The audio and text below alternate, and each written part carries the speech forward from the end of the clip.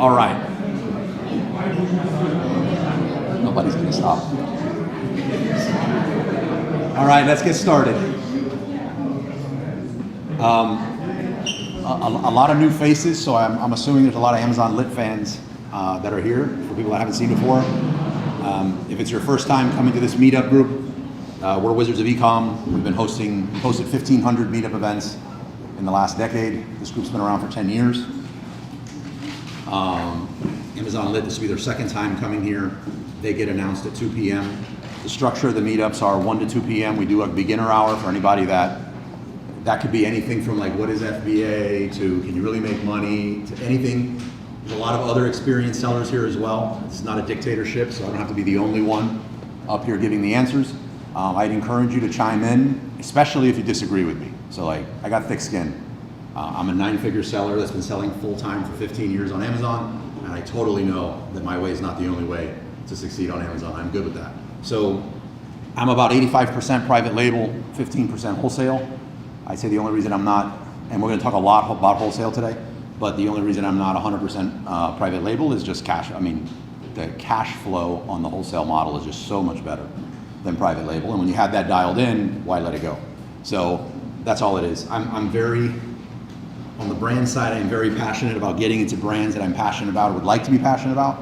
But at a certain level, like my friend Tom, who I'll pick on a lot when he gets here later, says when I asked him what was he passionate about to start, he said he was passionate about cash flow positive. And I think at a certain level, that's what we're all really passionate about, right? That's fair?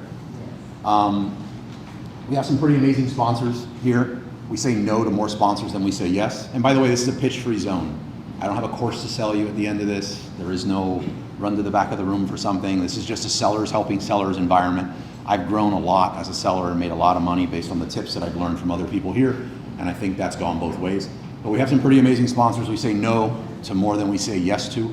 We actually have one of our, my wife would not let me do this for free for 10 years with all the food and drink and all that. She just, if it was up to her, everybody here would be paying like $500 an event.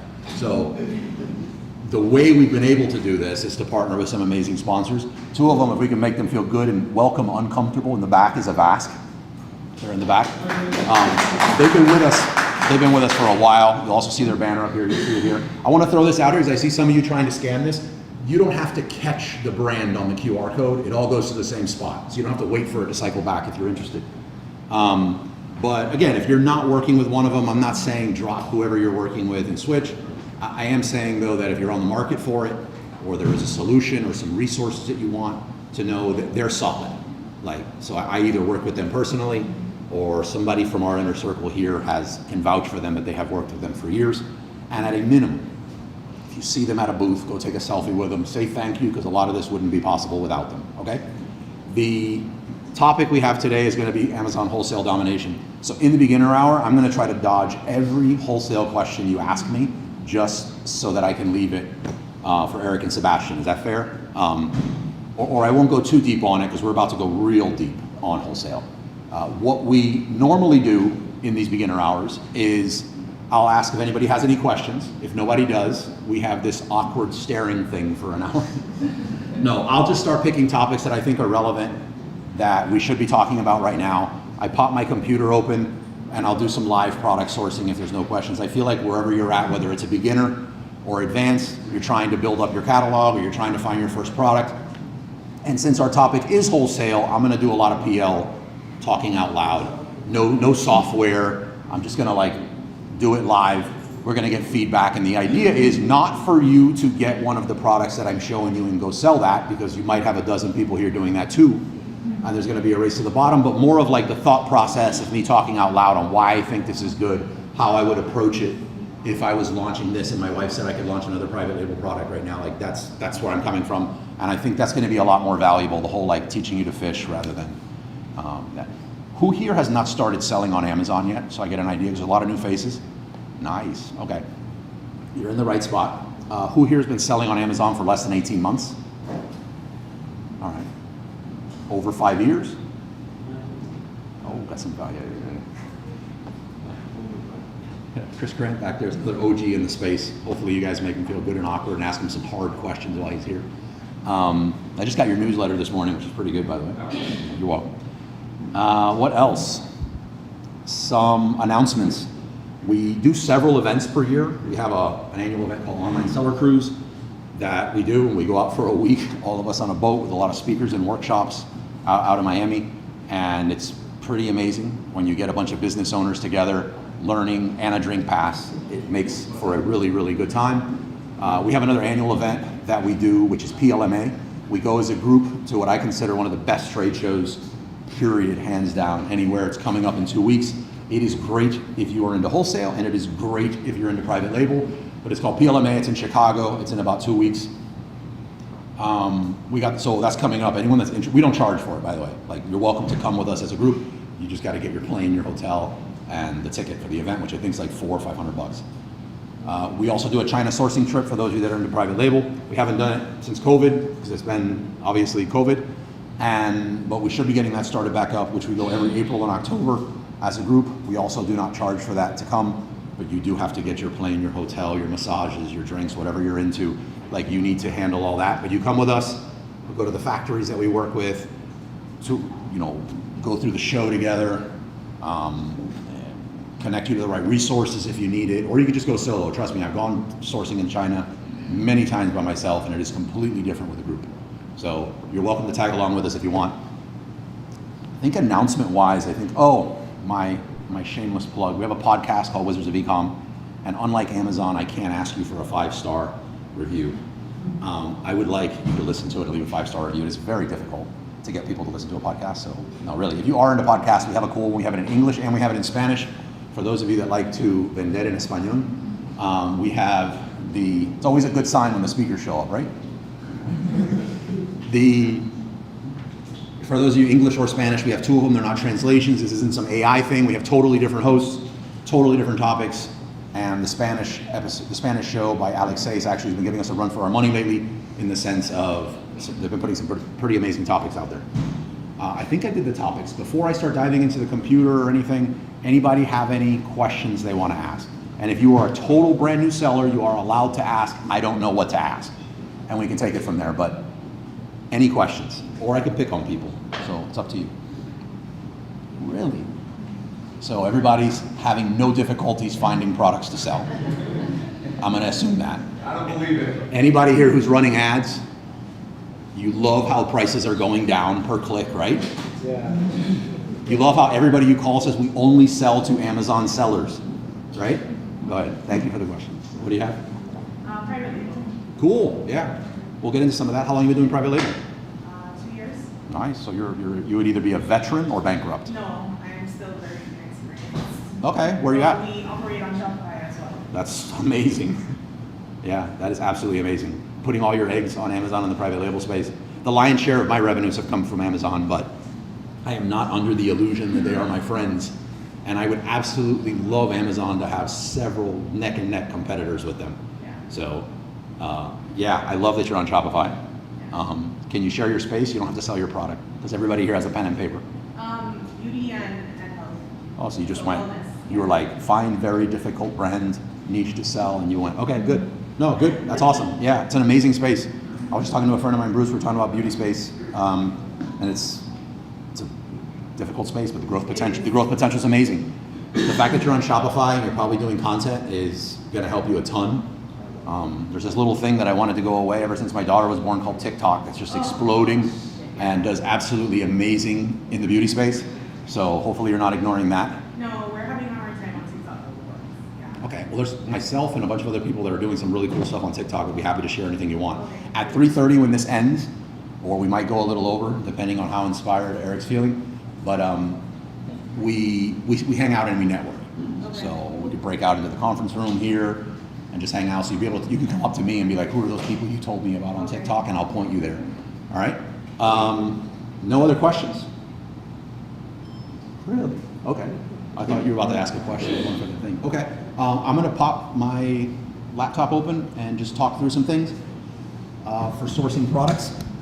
I'm going to pick, since we have PLMA coming up, hopefully you guys can still see me sitting down, but since we have PLMA coming up, the Private Label Manufacturers Association show is a primarily food category. Show, and a lot of people in the space run from food.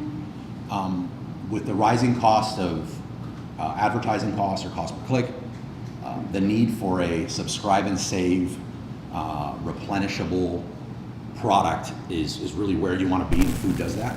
The advice you get from a lot of the gurus in the space of stay away from food is not completely bad advice, and I think it stems from don't do food because they're assuming that you're going to do what I did with a candied bacon brand I had, and that is I was just going to pop my oven open and start mass producing out of my kitchen with no proper certificates and paperwork and no commercial kitchen and all the jazz that goes along with that.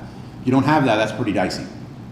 But with PLMA, it's full of nothing but factories in the United States with low minimum order quantities who have existing brands and who want to sell to you. Like that's the gist of it. They have all those certificates.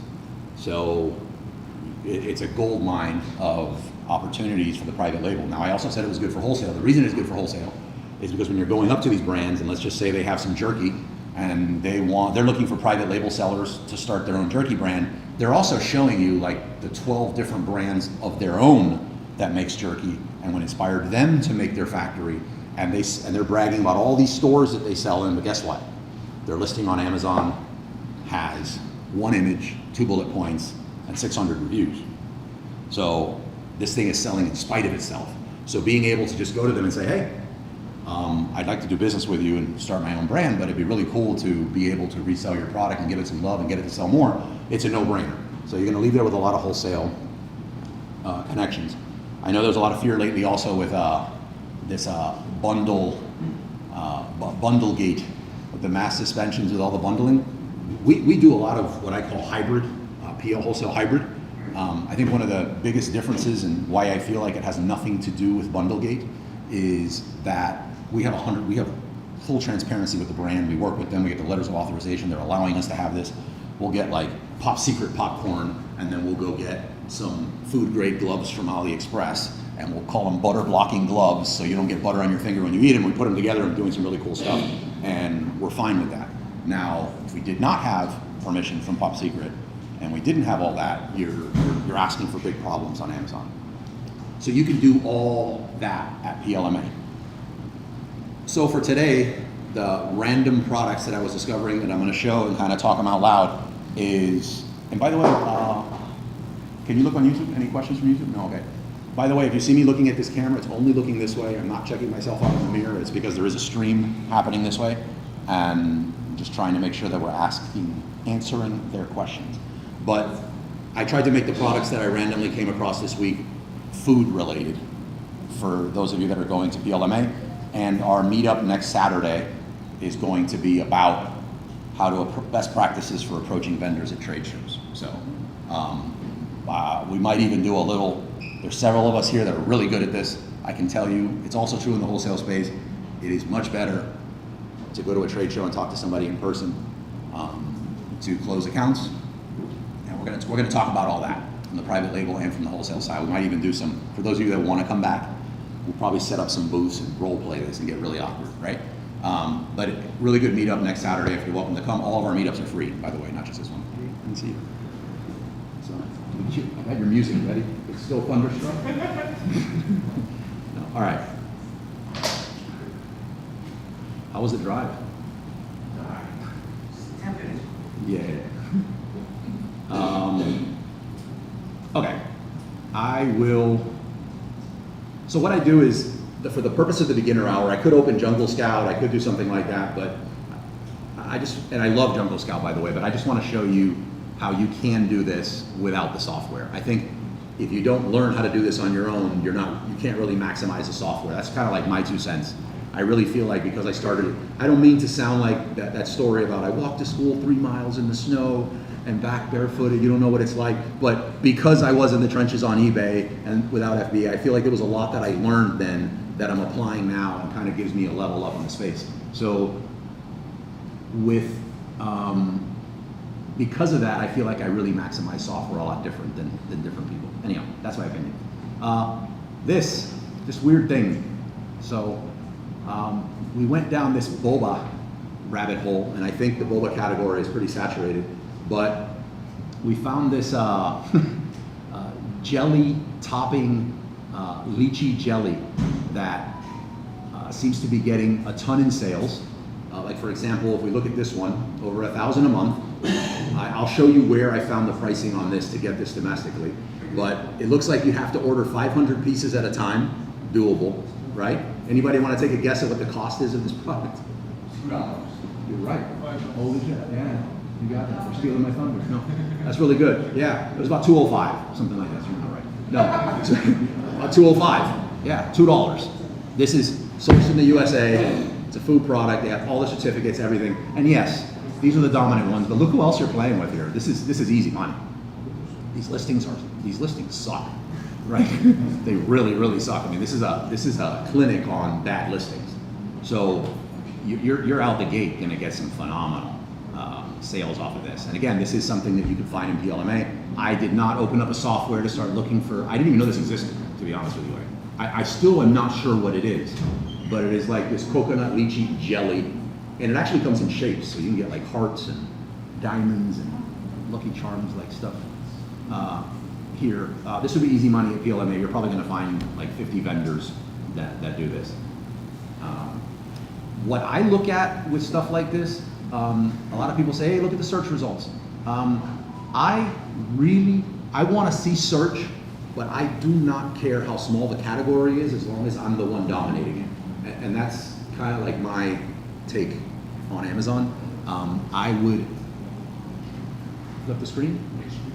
It's not showing over there. Let me flip it real quick. Yeah, I don't really care. Like we did this in a past meetup. You're good. Fine. But we did this in a past meetup, which was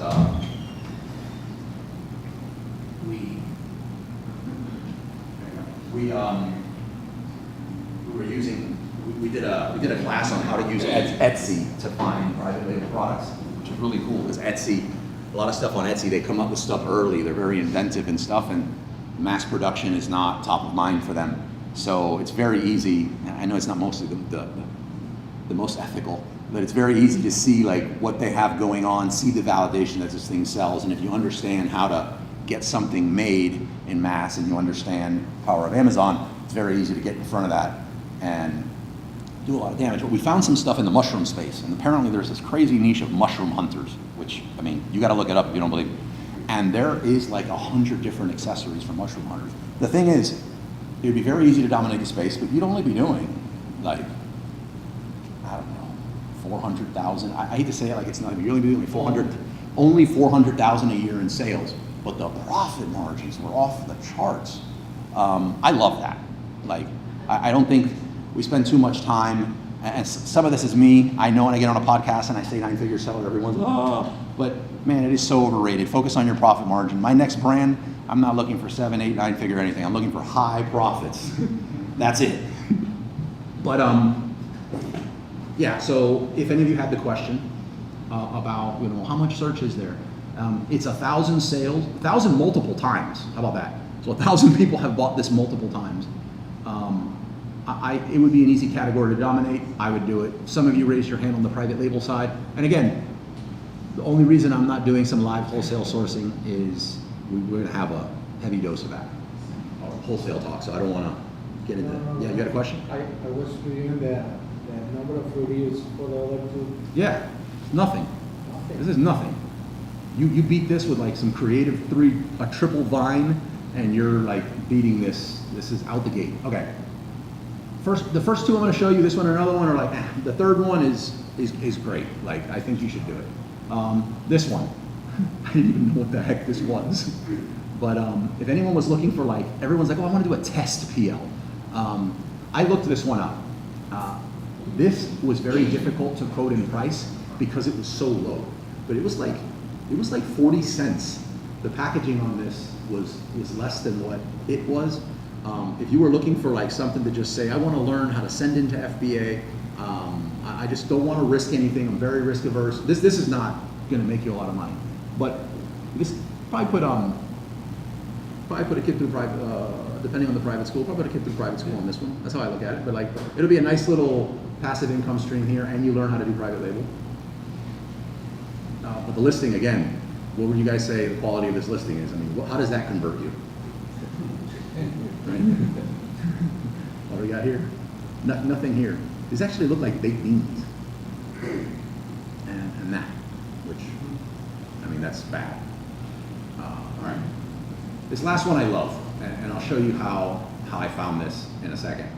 But, and by the way, if anyone knows what this is, I would love for you to tell me, because I have looked all over and I have never seen these things. But Sacha Inchi, right? 2-pound bag for $34.99. The quote I got was under $2 for this. I did not get a quote on the packaging, but something tells me that is not expensive packaging, right? So how I found this was, we have a free app called Wizards of Ecom. It's available in any app store. For those of you that have it, not the Meetup app that you get a lot of emails from me on, but the Wizards of Ecom app. And in the bottom right, there's a section called Files. In there, I've uploaded a catalog called PLMA. It's from last year's PLMA, Private Label Manufacturers Association. It's like, that's what they charge you to come in. You're pretty much paying $500 for a catalog. And every year I get the catalog scanned, like OCR, apparently that's like a good recognition. But now we have ChatGPT. And going through a dense catalog like that, you rarely ever go through the whole thing. So what I did, and I could do it in front of you guys again, is if you go to the app and you download that as a PDF, which you'll see it, you then go to chat. Hopefully everybody here is using ChatGPT, right? You go to ChatGPT and you just, let me see, I did this right. Yeah, I'll do it again right in front of you. Let me see, upload from computer. I really hope I don't have any crazy pics in here from like wifey. She would kill me. All right, here we go. I'm gonna download it, it's gonna take a minute, and then I'm just gonna ask it like a really basic question, right? Like let's just say you wanted to get into not a high grade chocolate that you can't sell on FBA half the time because it's a meltable. Let's say you wanted to sell like a chocolate covered nut with caffeine infused. You know, something with a competition is like chocolate's competitive, nuts are competitive. You put them together, there's less. You infuse some caffeine in this thing and just maybe throw pumpkin spice in because who doesn't like pumpkin spice? And you do all that. Is that pumpkin spice? No. So you put all that together and you have this thing that has a ton of search and not a lot of competition. It's almost done. I love ChatGPT. And we're just gonna ask it, you know, please, I've got to say please to ChatGPT, please give me a list of 6, why not, factories from this catalog. And by the way, this is an exercise also on how to create a bad prompt. This is not a good prompt. Of 6 factories from this catalog, closest to, we'll do New York, just because you're here. Yeah. Say New York. Yeah. Closest to New York who make chocolate. Watch this thing fail for the first time ever in front of everybody, right? But look, it's given. Look, you can, if it's not already here, you can ask it for the phone number. You can ask it for anything you want. You can ask for nuts. You can ask anything you can think of in the food space that you want to make. These are U.S. manufacturers. They have low MOQs. They have competitive pricing, and you can launch something. So like no excuses on the sourcing side. Again, that PDF you can access from the Wizards of Ecom app. There's no download, there's no email, there's no upsell, there's no anything like that. Just get the files, go to ChatGPT, upload it, and make any query you want. But I went in here and started asking it for stuff about nuts and different types of nuts and not so common nuts. And then I saw it brought up seeds. And I was like, okay, nuts and seeds. And it gave me this product. I would not have found this product if I was using the software. I would not have found this product, period. I didn't know it existed. And anyone that's interested, you're gonna be able to do some damage on this thing. Because this is, there's not a lot of competition. Packaging kind of sucks. I mean, there's not even any nuts like outside of the package or like what, you know, it's not an optimized listing. So this is an easy money listing if anybody here wanted to start something. Like, okay, then this is a good one. This isn't a test one. Like you could build something nice around this, right? All right. Any questions? Where did you get the PDF file? If you go to, can I put that up here? Let's put Wizards.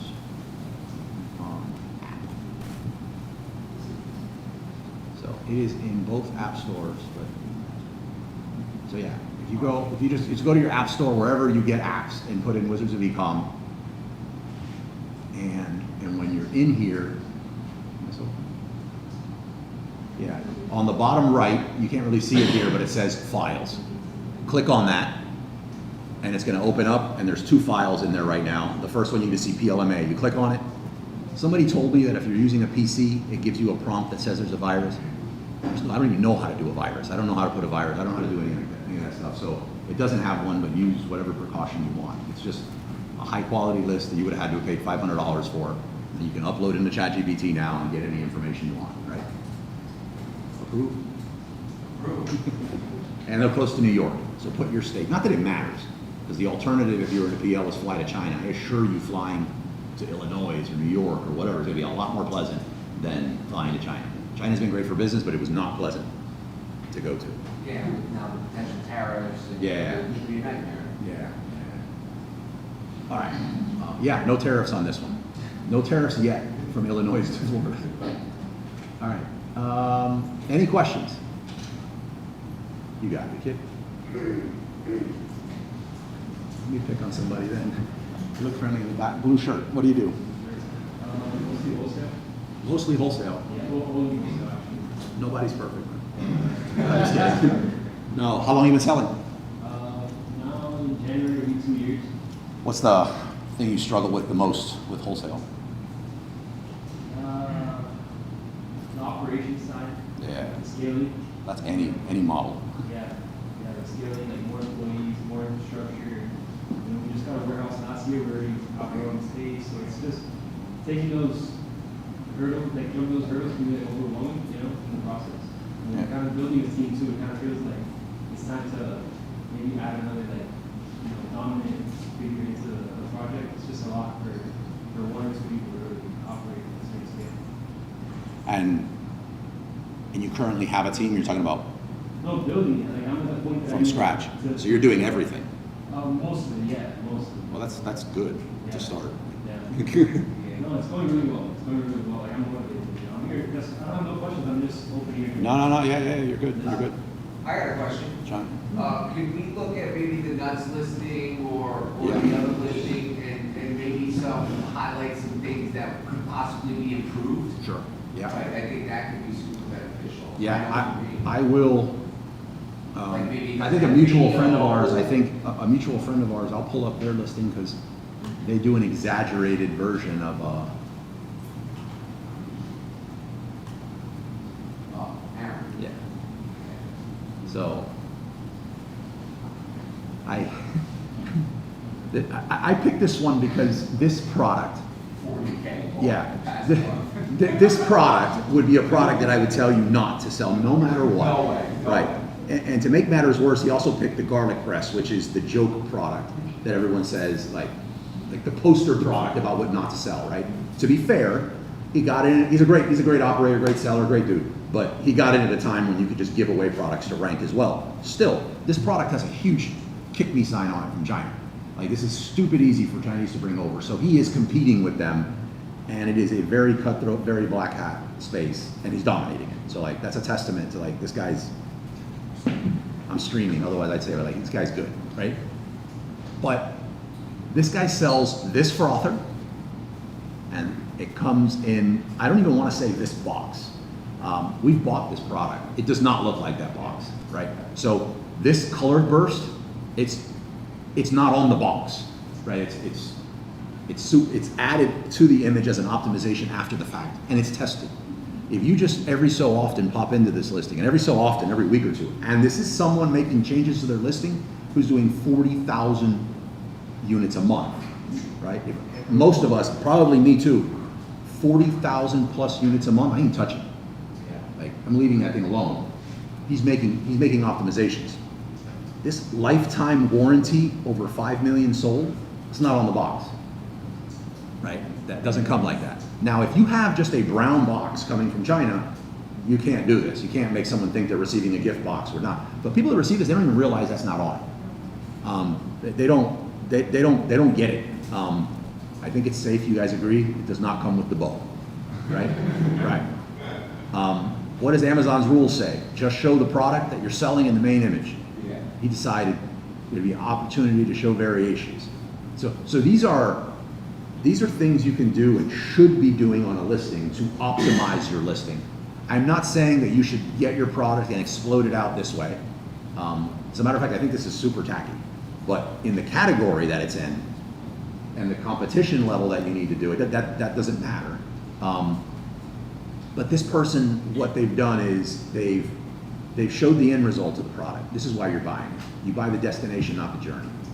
They're showing it in use. Very creative to show this little frothy thing. They threw in some coffee beans. I mean, this is a milk frother. It's technically not coffee, but this guy decided, yeah, the majority of people who buy this are buying it for their coffee. I use it for my AG1 greens. And it comes with a stand. They showed it. He could have just left it here, all right?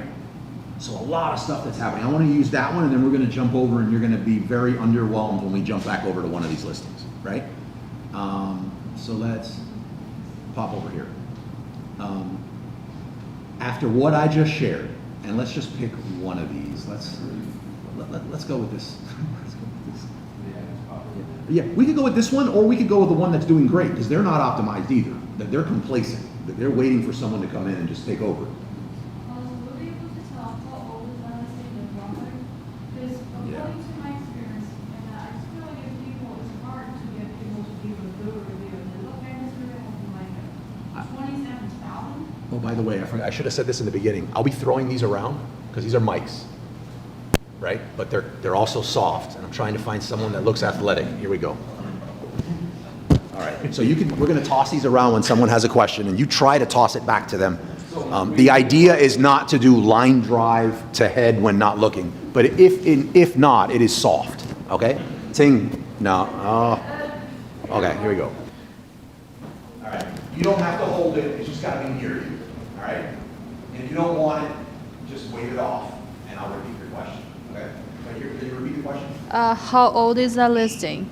Because I feel like it's hard to get Karen's? Or that other the one? frother. Yeah, okay. Well, finish your question. The reason why you're asking is it's a good question, but I gotta respond. I feel like it's hard to have people to leave a good review. We've been selling since like 2 years, since like it's been 2 years we've been selling. We have very minimum reviews from buyer. So I'd like to know how old is the listing and why people's giving a good review on that listing. Okay. So let me turn it back up. Do you think he's selling 40,000 units a month because of the amount of reviews he has? Like, do you think 115,000 reviews is a lot more sales than 110,000 reviews? I don't know that. You don't think so? That's not been my experience. If you have a listing that is not optimized and is a Me-Too product, Me-Too meaning he was selling it, I saw it, I went to Alibaba, same image, yes, I can get it cheaper, and you added no value to the world. You just got super inspired by some webinar, add some money, right? In that scenario, when someone goes to buy something and they don't know your brand, they're looking at price and reviews, right? If you fully optimize your listing, you start getting people's attention. If you trying to think of what example I can pull off of some of these, my friends, some of them are not so, Aaron's cool with it, but like, some of them are not so cool with pulling up their stuff. It was never easy to get reviews, by the way. There was never a scenario for that. The only thing that he did have a huge advantage on, but I feel like does not put an asterisk next to his success on the platform, is the ranking process used to be easier, more expensive, but easier. You just had to say, okay, I'm willing to give away.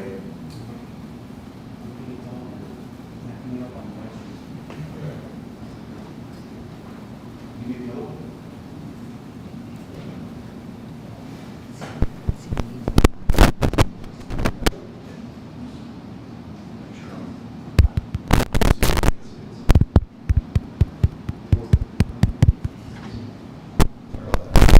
Yeah, it was never easy to get reviews. It was just easier for him to rank at that time. So I don't think it is. I think the majority of people that I'm seeing you complain about reviews is because they have no review strategy. Like they're not putting an emphasis on reviews. You get 30, I'll be fine. But that's if you are, Brand registry. exactly. Yeah. So if you're not brand registry, Yeah. we'll tell you done some of our reviews through Vine. Yeah, but if you're launching a product right now on Amazon, I'm not saying you can't make any money unless you're brand registered, but if you're launching a product right now on Amazon and you're not brand registered, it's like a big with no sandwiches. It's like you're just leaving them. You can't do video reviews, you can't have a branded storefront, you can't, there's a lot of stuff you can have, but So do you have people in your network that can help with like listing optimization? Because I find that one of the things that we struggle with is like finding the right people to. so I'm gonna answer the question like this. I would say let's talk afterwards, because Okay. we don't do any sales, we don't do any things I do for my clients. Speakers Okay. get to mention offers that they have, like he has an Okay. amazing course which I think is gonna come up. Otherwise, outside of that, we try to keep it as like a sales-free thing, but if speak to me afterwards. Okay. I might be able to help you, or there might be somebody else I can talk Okay. to. Yeah. But yeah, all that. And as far as the brand registry side, there's a local lawyer. I hate to use lawyer and good person in the same sentence, but like, this is a local lawyer who's a good person named Mike Chessel, and he's able to really help me with that trademark process. You Yeah, get into we brand registry. actually just got our trademark, so, Oh, good, but we good. got the brand registry through our pending trademark, so we had it Okay. for a while. That's fantastic. Yeah, that's fantastic. So you're ahead of the curve. Yeah, you want to have brand registry online. It's like one. Well, now with logistics, I guess there's some counter arguments to FBM, but like normally if you're Amazon PL, you want to be an FBA, you want brand registry. Any other questions so far? What are the elements of optimizing your listing? The elements, a listing that is created based on keyword research and not what you think would look good on Shopify. Okay. Something that is a balance between like 60% right for humans, 40% catered to the algorithm. Something that the prioritization of the keywords in the listing also takes your budget into consideration. The extreme example would be here. Let's say you were just adamant on launching a fat burner, right? And you had a $500 a month ad budget, right? In the fat burner space for that keyword, you need more than that per day to compete. So if I was to create your listing and I weighed fat burner super heavy, prioritize it towards the top of your title, it's going to blow your budget. I would need to instead prioritize the listing to go after much longer tail keywords that take your budget into consideration and give you a fighting chance to rank. I would say during the start of a listing, the optimization strategy is very different than later on.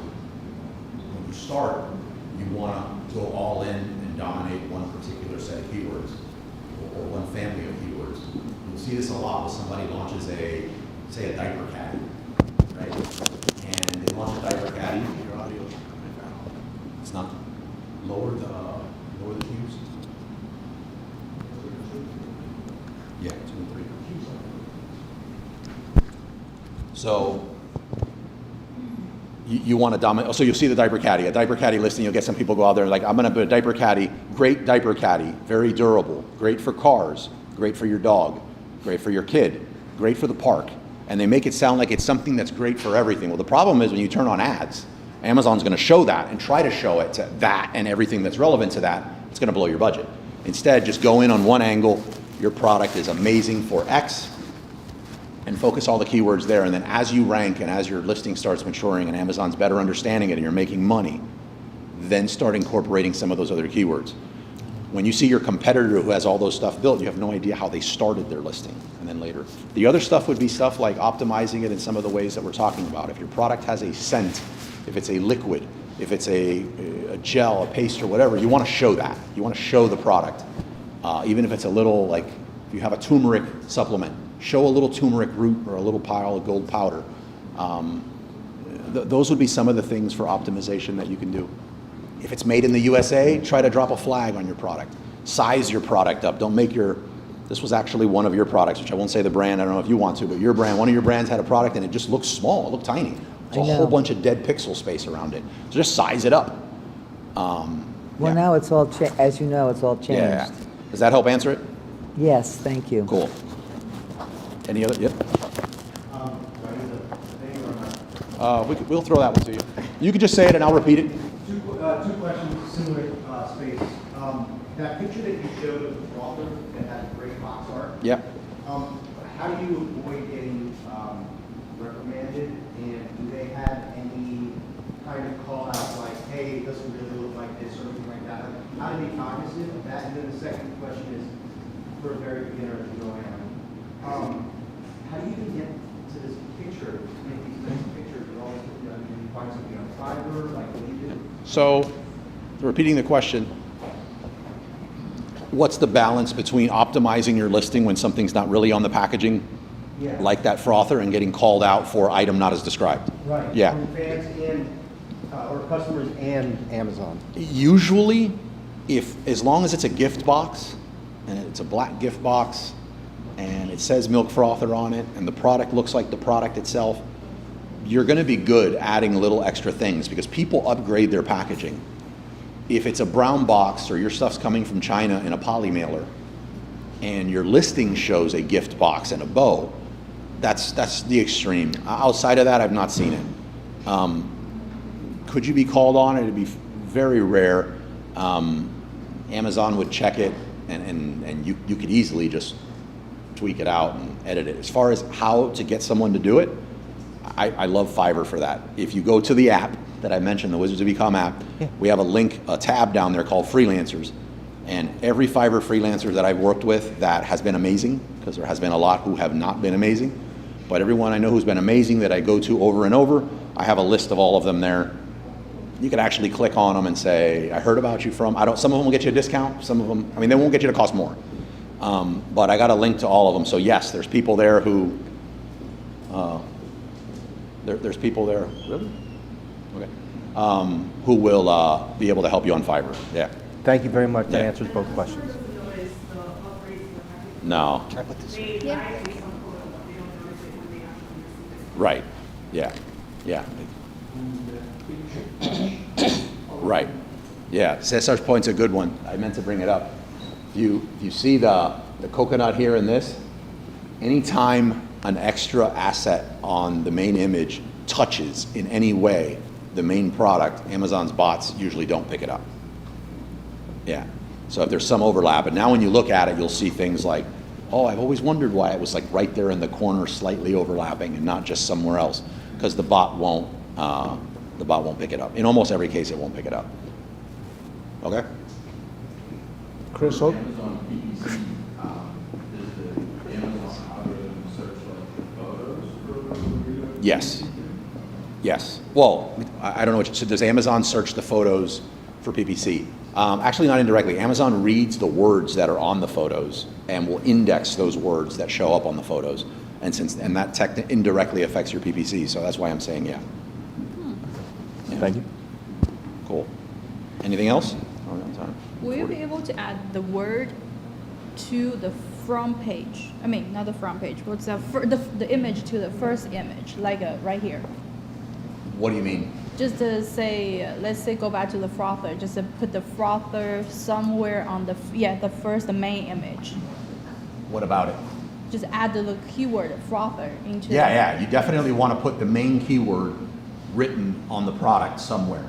So going back to, like, apparently, if this person knew what they were doing, cocktail puree lychee was the big one. So if you're searching for this and you're like, oh, I just want some, and you see the lychee right there, that confirmation helps a ton.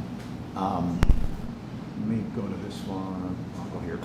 So things that I would do on this one is I would add, let this size up. This is tiny. This is the example we were talking about. This needs to be blown up.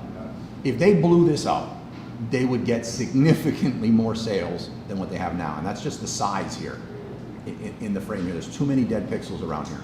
I don't know where this was made, but I mean, if we jump down and see France, it's actually great. I would put something that says France here or French. I don't think they've ever been accused of doing bad food or bad purees or bad anything, right? So that would work. I would get a flag, maybe not make it onto the packaging, but I would drag a flag over here and put like France underneath. So I think most people in the US wouldn't know what the flag looks like in France. But they'll know it's maybe not China and it's not USA. Like, oh my God, this is something exotic. So I would do that. I would put some lychee here. Is that how you say it? Lychee? Lychee? I would put some lychee here, like that other photo had. I would, depending on what it looked like, this is pretty bad. Depending on what it looked like, the actual mix, I would show the mix. If it looked ugly, I wouldn't show it. But I would show the mix. This is a big mistake you see a lot with beauty brands. So like if you have this jar of like a cream, you're just showing the jar of the cream, show the cream. Like, show the cream, show it like whipped at the top, show it in the front, like a little, if it's something that says clean, show an icon that shows clean. Like, but show it, don't tell it. That helps significantly when you're optimizing a listing. So if it looked good, I would show it. I'm not, yeah. I see on their packaging, it says like, real fruit, all that stuff. Would you put like something on the side, like blow it up, that's like a star or something that has those Yeah, ones? yeah, absolutely. So you see it a lot, what you're mentioning is, would you put a star or an award or something? You see this a lot with like protein powders. You'll see this, it looks like a star, and once you look at it, you won't unsee it, and it'll say 50 grams of protein, or it'll be like best protein or something. And when you actually receive the jar, you never look at it. You just want to see, yeah, it has the protein that I said. But they just added that after the fact and made it look like it was there. Let me step back on the thing about France. I would actually get the flag and put made in France, and I would make it look like it's part of the packaging. Something like right there, which I think would do really good. Yeah, that would dramatically increase the listings sales. Any questions on that? Okay. I'm marking down. Yep. Another one, I'm giving you a lot of questions here today, Carlos. No, Thanks. Since we're talking about wholesale, at what point would you look at this and be like, okay, I want to approach it as a PL with them, or would you consider just doing like a wholesale type of thing there? I know it's a long question to ask, but Personally, yeah. well, I don't think this is a wholesale. This looks like a PL play right here, and I doubt they're going to want to share. But I don't think it's an either or thing. Like, I don't know why I couldn't do both. Yeah, but what would you say? No, I think it's just, we are talking about the private label side right now. Yeah. So, I mean, it's more of a private label created product. Now, could there be companies in wholesale that sell similar products that you may be able to purchase? Absolutely. But I think right now it's more like the listing optimization, building a brand. Yeah. Another thing that can be done here, like say you wanted to show more. This has a lot of dead pixel space around it. I would add the packaging if the packaging looked nice, because it gives you more opportunity to insert keywords onto it or talk more about the product. It looks like they got some stuff over bartender's choice, made using real fruit. I'd like to see that a lot bigger, but it would be distracting if it was done on the product itself. Putting it into the packaging, if you added the packaging here, you'd be able to show it, and if the packaging looks nice, why not? All right, I think that's pretty much what I had. Just to recap, for freelancers that you guys were looking for, you can find it on the Wizards of Ecom app. If you're looking for, if you want to explore the PLMA catalog, because you're not going to PLMA with us in 2 weeks, you can find that PDF on the app, and then I suggest putting it into ChatGPT. Otherwise, it's dense trying to go through it. And with that, we could start trying to get set up for the next phase. I think you guys want to talk about wholesale today, yeah? All right, so help yourself to any of the coffee or snacks if there's any more in the back, and give me a few minutes so that we could just set it up. You have your own computer or no? Yeah, I do. Okay. Would that be easier? Sure, yeah. HDMI or? Yeah, I got it. You can hear the next chapter. So just give us a second to get set up, and we'll start up in a few minutes. I'm not trying to run those little bearing sticks right there. Can you not spill my drink? I'll try not to. Please, thank you. Oh, thank you.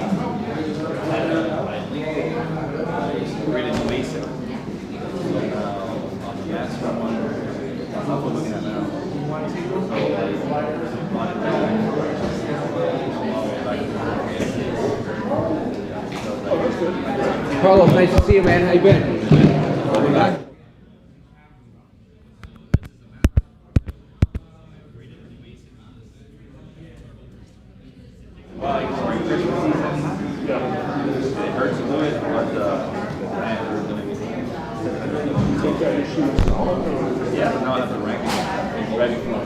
That was a lot of damage.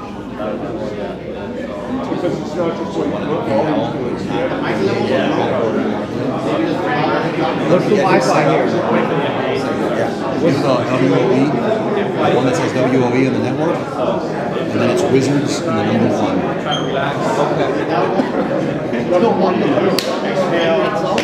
How you doing? Good, man. Let me get him set up. Capital W? No, just all lowercase. Let me get him set up. I think if I make it PL one more time, I'm going to get hung.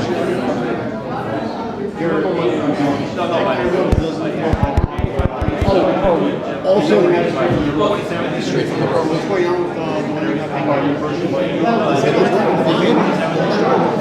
Maybe check to make sure it's been plugged in this whole time. What about this button? Like, have you played with one of the buttons that lowers the volume? I know that had an E. Well, he can just have this one. He projects good. He'll catch it on here. Also, question, is there any way to get the camera zoomed out? Just so we're not restricted to the table? Because you know me, we're walking. Yeah, we can zoom it out. If we zoom it out a little, and then so I can see how much room we have.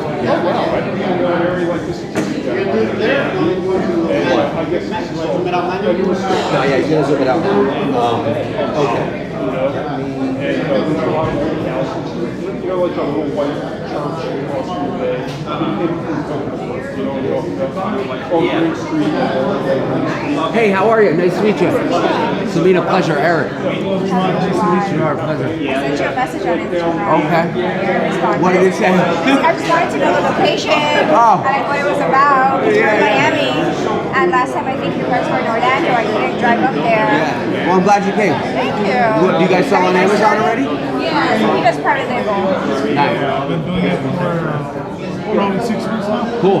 How's it going? It's going well. It's learning curve. Yeah, of course. With any new business. A lot of advertising. Yeah. It's going well. I wanted to explore more. And I've been following you for a while now. Okay. Instagram. I appreciate the You're not from here, support. right? No, New Jersey. So did we miss out a lot already? Excuse me? Did we miss out a lot?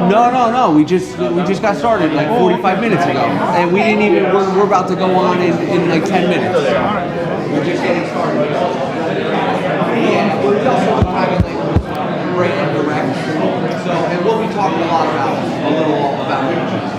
And then if you have any questions, we're going to open it up for Q&A after. And then I'll be here. If anything pops up. Yeah, I'm glad as well. It's a pleasure. Nice to meet you. Yeah, thank you so much. What's up, bro? How you doing? Yeah, fantastic. Yeah. I love coming down here. Yeah.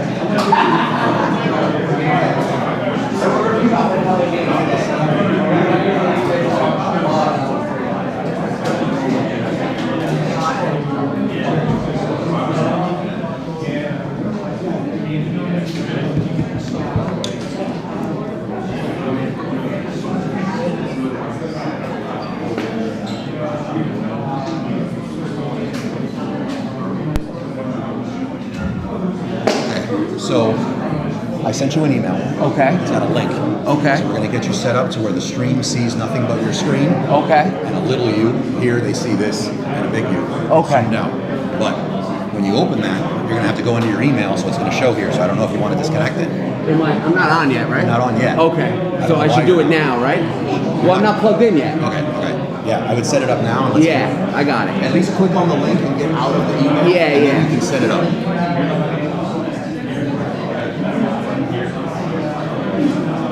How do you like the new space? Good, man. Just getting settled in, right? We want to offer some free merch. Oh, I think everyone loves free merch. Yeah. Where can you put it at the pad? Yeah. And I'll make, what are they so I can tell everybody? That's just why we can get it. I'm going to tell everybody there's some free merch in the back before we start. So it's zoomed all the way out? Is that all the way out? Now what happens? No, you don't have to stay in the frame. You're going to be... Yeah, I'll be mic'd up. Yeah, you're going to be mic'd up, but since we're having an issue with the mic, we need you to also hold one of these. Seriously? Just in case. Yeah. All right, no problem. Yeah. Can we move this table up a little? Yep.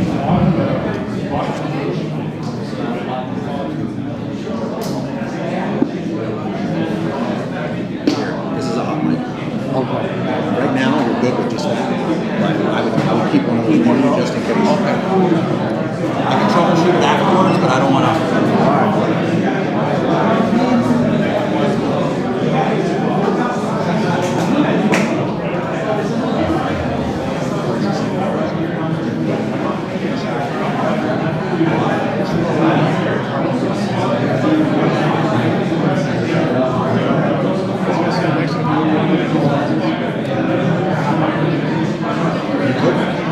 Yeah, so I got this. Okay, so now connect, just shut your email out now. Okay. Okay, now scroll down. Join. And connect the HDMI so I can see.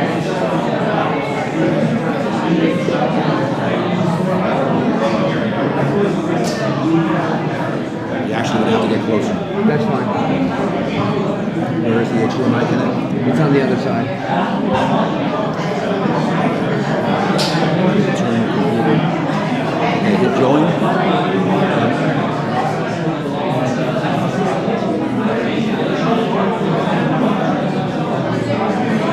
It's ringing. Put your scroll down. Go share. Put entire screen.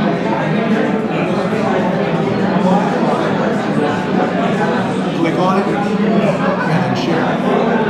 Pull up the slide or whatever you're going to show.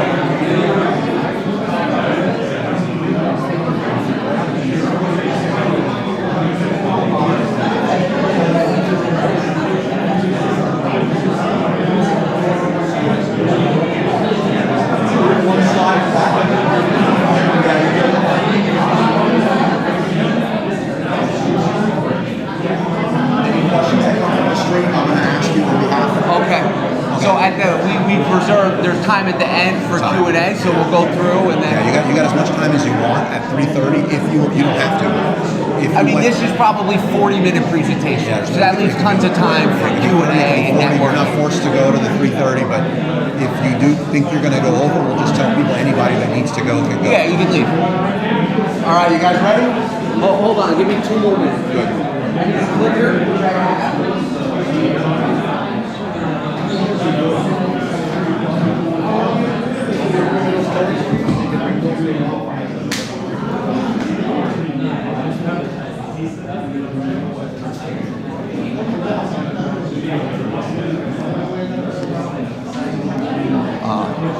Try to repeat questions.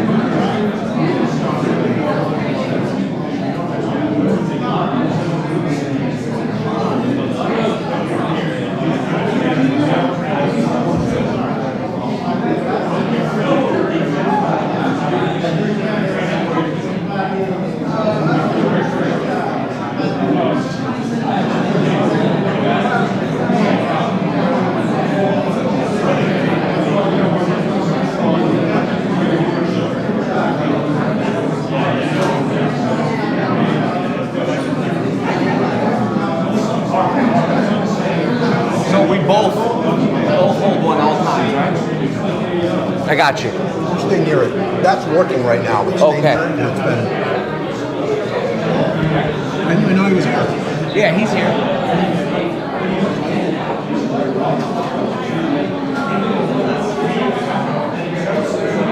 You guys ready? He walked here from Jersey. All right, let's get rocking here. All right, let's do it. We need the mics. Think we'll be able to, do you want us on the mics? Yeah. Well, they gotta hear you. As On the stream, it's a nice stream. There's a nice stream. Yeah. Okay, so, You don't have to hold it near, you don't have to hold it like, just be near. You could be holding it or near it. got it, got Yeah, it. you guys project good, so you should be good. All right, we'll try. But if you We'll try. do the ultimate Robbins thing and start doing all Yeah. that. Yeah. Okay. This is the second time they've been here. Not many people come back, second time. But super grateful that they are here. People are still talking from the last one, Amazon Lit, I'm sure you guys know. Super grateful that we made it. I know I had to do like a last second move, and I appreciate the patience in that. Of course. Amazon Wholesale Domination, so thank you guys. Yeah. Thank you, Carlos. Good afternoon, everybody. How we doing today? Fantastic, amazing. I want to give a special shout out to Carlos for inviting us here for the second time. The first time we were here, it was like 4 years ago, right when COVID started. It was in the old location, and it was an amazing time. And a lot of those people we met 4 years ago, some of them are in this room today, and we've established some phenomenal relationships with those people. So I say that to say this. You never know who you're going to meet at an event like this, so keep an open mind. Right? Talk to people after. We're going to reserve some time for some Q&A. My name's Eric Castellano, for anybody who doesn't know. And I'm Sebastian Swick, and we're Amazon Lit. For now, we're eventually changing the name. We are changing the name. We continue to expand. So Amazon has been our primary function for about 10 years now, 11 and a half to be exact. We've been selling products on Amazon, starting with retail arbitrage and moving into wholesale. So back in 2013, we were operating out of this house here. It was actually, I was living there with my cousin. This was my uncle's second house, a rental home, and I was living there, and I came across some statistics that were showing the growth that was happening on Amazon and a trend in supplements and eating healthy. And so I said, hey, why don't I try that? And I heard from my aunt, my uncle's wife, that she knew of people going to different stores, buying things and selling them on Amazon. And so that's exactly where it all started. There wasn't any YouTube information at the time. There wasn't any software. Amazon didn't even have an app at the time. And so went into a store, bought a little bit of everything, you know, just quickly trying to jump into it without any information, and made a lot of mistakes early on. A lot of mistakes. But it continued to grow. Yeah, and that's the basement where we really started ramping up. And then we moved to our first warehouse. This gentleman back here was just talking about he's got a warehouse, he's looking to grow. Anybody else have a warehouse space here? I know a few of you already do. Awesome. Don't be scared to raise your hands. You don't have T-Rex hands. Get them high, right? All right, cool. So some of y'all got a space already, and I'd imagine the other people are probably operating at home. Is that correct? Anybody operating a business out of their home right now? All right, so a majority of you are still in your home. So that transition from operating at a home to moving into our first facility, I mean, it was scary. It was absolutely scary. It was terrifying. You know, the risk of the unknown, the fear of the unknown. Is this going to work out? Right? But we can't get caught in that fear as business owners, as entrepreneurs. We can't get caught in that fear because that fear will continue to stagnate us. So the only way to break through that fear is to actually walk through it. And for us, that was making the commitment. And what was that first rent at the 1,000 square foot? Like $1,500 a month? I don't know how much it was, but I do know that, you know, we took about $2,000 initially and just invested it. I knew that I couldn't think about it any longer. It was analysis paralysis, and that's just fear. That's sitting in fear. For 10 years, I was in the hospitality industry. I love it, right? But I wanted something more. I wanted something of my own, and I knew that if I gave myself a chance to just sit there and think of all the things that would go wrong, I would never start. Yeah. So I committed that day to going to the stores and just buying things. There's other ways of doing it. That's the way that I did it early on. You could do some research, but I would say at least set a date. And before we go any further into our timeline, I really want to get to know a little bit about you. So I'm just going to ask some questions, get a nice consensus about where you are in your businesses right now. So is anyone new to Amazon, doesn't have a Seller Central account, never sold on Amazon? If that's you, raise your hand. Awesome. Welcome. Awesome, welcome. Has anyone been selling for less than 6 months here? Okay, nice. Anyone been selling 6 months to a year? Okay, okay. Over a year, 2 years, 3 years, 10 years. Nice. Wow. Nice. Awesome. Awesome. Good. So it's a really diverse crowd. Now I got a good understanding. We'll try to keep things on the fundamentals, but we'll also go into some expert tactics as well. I do believe that the way that we're going to communicate it is going to be beneficial to all of you, regardless of what stage you're at. Yep. And the reason why Sebastian asked those questions is because while we're going through this short couple slides of the timeline that we've experienced, you are all going to be able to identify with where you're at, right? For all the people who just started, you're right here at the beginning, right? Operating at home. Some of you have been in 6 months, a year. You might be at that first warehouse location. And then a few years after we started, we moved into our second warehouse, which once again was a fear barrier. You know, we're making a commitment, larger rent. We're going to need some employees, like he was speaking about before. We're going to have to start building out a team. It was scary, but the only way to break through that fear is to walk through it and take the action, right? Yeah, yeah. And so we slowly continue to grow. We've had many roadblocks along the way. One of our first almost destroyed our business early on was we were selling chocolate liqueurs. As a matter of fact, we were buying products from Costco at the time, and we had such a phenomenal year with these products in 2014 that 2015 we decided to buy a truckload of it. So we buy a truckload of this product. Literally at this time, it's probably 20% of all of our money, all of our capital. And Amazon decides to restrict chocolate liqueurs from being sold on their marketplace. And we have a full truckload, makes up about 20-25% of all the money we had at the time. Walmart. Well, we did a little bit of Walmart, did a little bit of eBay. A majority of it we donated to hospitals for like events and charity networking that they did. And everybody for Christmas that year in the family got a chocolate liqueur. We're still giving it away. We're still giving it. You know, but with the hardships come amazing opportunities as well. In 2016, which we'll touch on briefly today, we locked in our first brand exclusive partnership, right? Where we essentially partnered with a brand and we managed their listings, their SEO, their advertising, like Carlos was touching on before, their listing optimization, setting them up in brand registry, getting them enrolled in 2D transparency, and growing their brands for them, because as brand owners, their goal should be focusing on their brands, but as Amazon business owners, our goal should be focused on growing brands. So it created an amazing opportunity in this first company, Cello Wisps, which since rebranded to just Wisps. We placed our first orders, maybe 7 or 8 pallets, shipped it to Amazon, it sold in a week. And we were placing bi-weekly truckload orders from this company for 2 years, and then what happened? Another roadblock. They dropped us as their exclusive seller and went with another company who was more niche in the health food space, right? We're a little wider, we sell a little bit of everything, grocery, personal care, health and beauty, automotive, pet supply, baby. I'll sell anything I can make a couple bucks on. Wisp were looking for a more specific health food focused business, so they dropped us, right? And it wasn't the end of the world. It opened up even more opportunities for us, and that's when we started building out our team, right, Sebastian? That's right.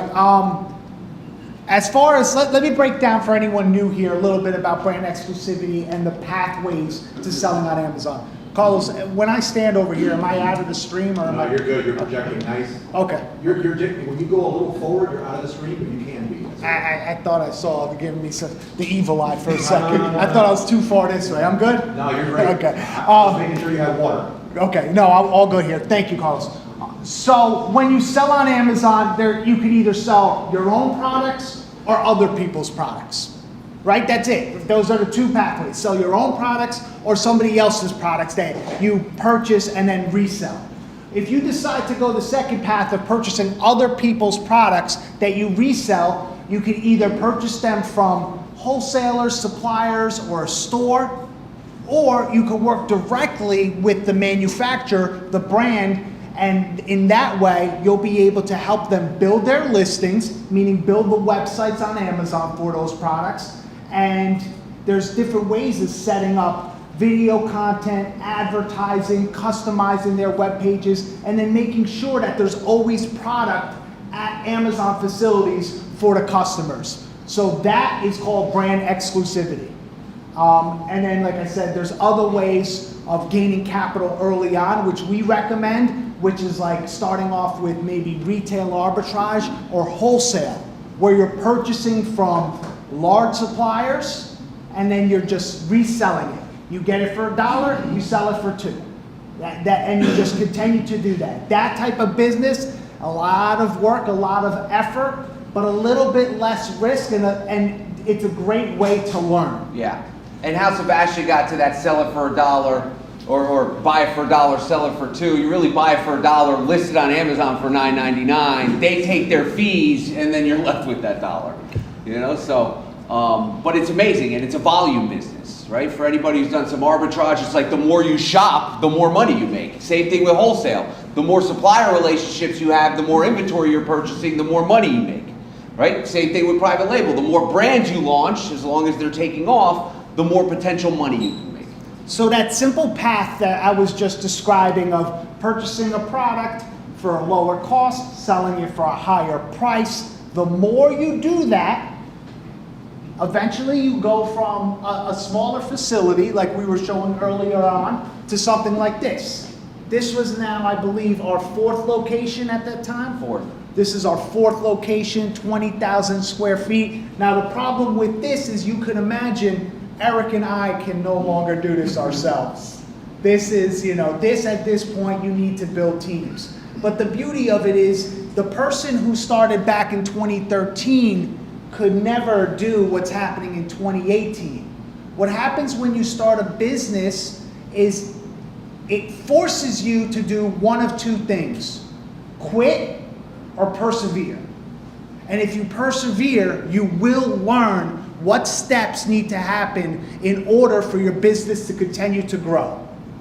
There's nothing special, there's no formula, there's no like superpowers that Eric has, even though he looks like he might, he doesn't. I got superpowers. It's just perseverance, and you learn through all the challenges. That's why everyone here can do this.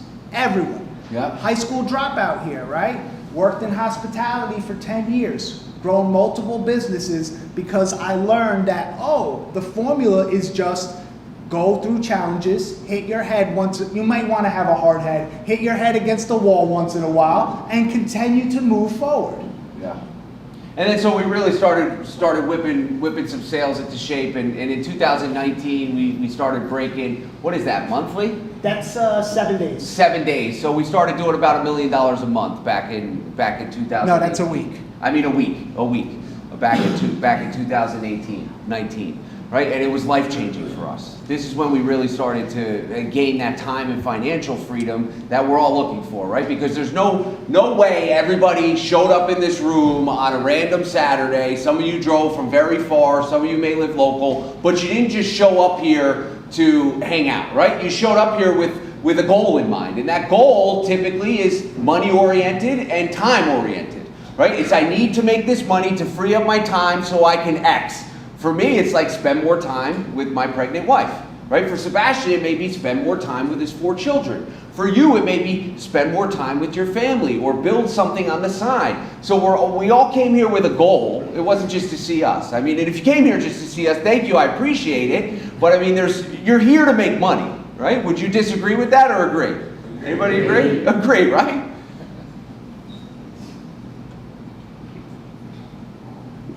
And so we continue to expand. And I just want to expand on something that Eric said. We all came here to make money. I was having a conversation before coming to this event in the other room here about the biggest driving factor for people that succeed is 2 things. One is having a dream and believing that what you're doing will fulfill that dream. And the second aspect of that is enjoying what you do.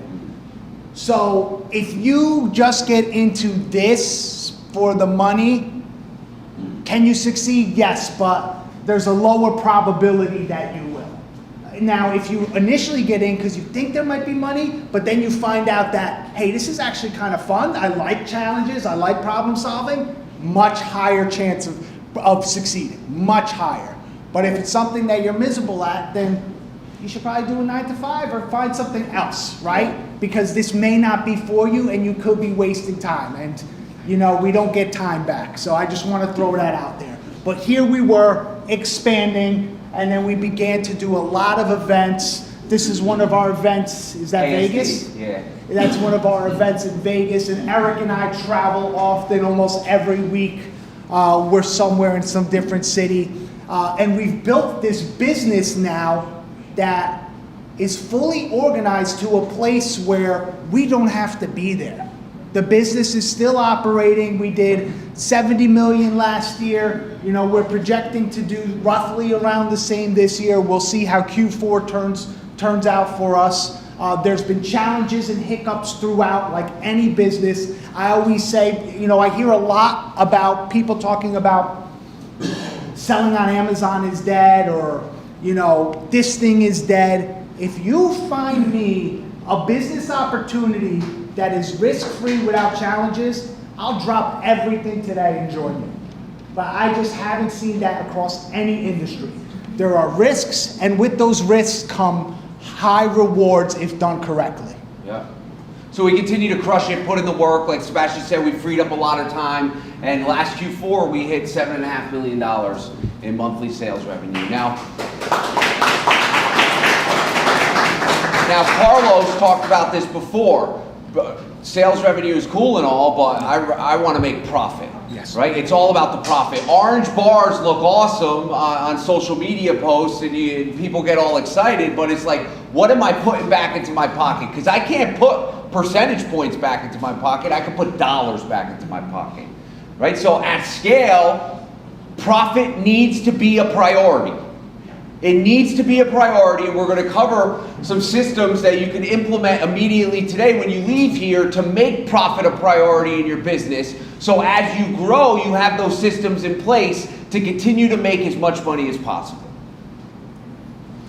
So this is what we're going to dive into today. Kind of cover a little bit about the mindset needed to scale a business, which we've touched on briefly. Delegation, which is going to be huge for anybody who's operating a larger business. You know, anything 6 figures plus monthly, you're going to have to start delegating tasks, or you're going to lose it. You can't be a sole operator in your business. There's just not enough time in a day. And we're going to dive into building out your team, securing better wholesale and brand direct relationships, which, I mean, some of this stuff we're talking about today, we've never shared publicly ever, so it's going to be amazing. And then we're going to cover briefly some CRMs you can use to kind of organize your business better, an amazing software Sebastian has developed, and really your strategy moving forward for 2025. And then we'll open it up for any questions, and we'll be hanging out here for a little while after, so if you want to have a side conversation, we'll be here for that as well. And also, I got my buddy Grant here too, so he's going to be following us around and filming content, so if he's in your face with the camera, you can just knock him out. No, I'm just kidding. You know, he'll be here. So he'll be here. Don't be scared, is what Eric meant to say. If you see him coming close to you and us, it's because we're filming content that's beneficial for everyone, right? Because there's a lot of people outside of this room that are also looking for this information. And the more people we can impact, the better it is. Yeah, and so scaling's not just a goal, right? It's a game plan for real life. So our goal here today is so you can leave here with some strategies that you can execute immediately, because when you begin to scale your business, you begin to buy back your time. And as humans, time is our most valuable resource, right? Making money is cool, but if you don't have the time to enjoy what that money is able to buy and provide for you, then it's essentially useless. Right, so our goal today is to help you buy as much time in your life back as humanly possible. And that starts with a mindset shift. It starts with a mindset shift, and you need to think like an owner, like a CEO, instead of a daily operator. And that may be challenging when you first start a business, right? Because you are the operator. You're in the day-to-day, but you have to create these big picture goals and envision where you're going to be 12 months from now. 24 months from now, 36 months from now. You know, you have to set those goals, and whether that's jotting them down in your phone, setting calendar reminders, having a vision board, whatever works for you is cool, right? I'm not going to tell you how to document those goals, but you have to have them. You have to have those goals in place. So I would say keep it very simple early on. First thing you want to do, first and foremost, I haven't met anyone that starts their first business and already has a CEO ownership mentality. It's just so natural for us to be operators. We see what's right in front of us, what challenges, what fires need to be put out, and that's where we want to go at right away. I mean, I did that for years. But I did learn that writing a goal down and saying, okay, at the end of 2025, you know, let's say I've started my business today. At the end of 2025, I want my Amazon business to reach $3 million in sales. Okay, $3 million in sales. Then I break that down over 12 months. You know, let's say that's $250,000 a month. I think, right? Yeah. $250,000 a month. Then I break that down over a week. Then I look at the numbers and see how much product I need to ship into Amazon and what the cost is going to be. And I start building a very simple business plan. And then I write down what other tasks I need to do in order to get there. Well, I need to set up supplier relationships. I need to buy boxes and tape and supplies. And a lot of this is like, I don't know what I don't know, so I really need to go on social media, on YouTube, and find people that are doing it. There's a lot of free content out there when you're just starting.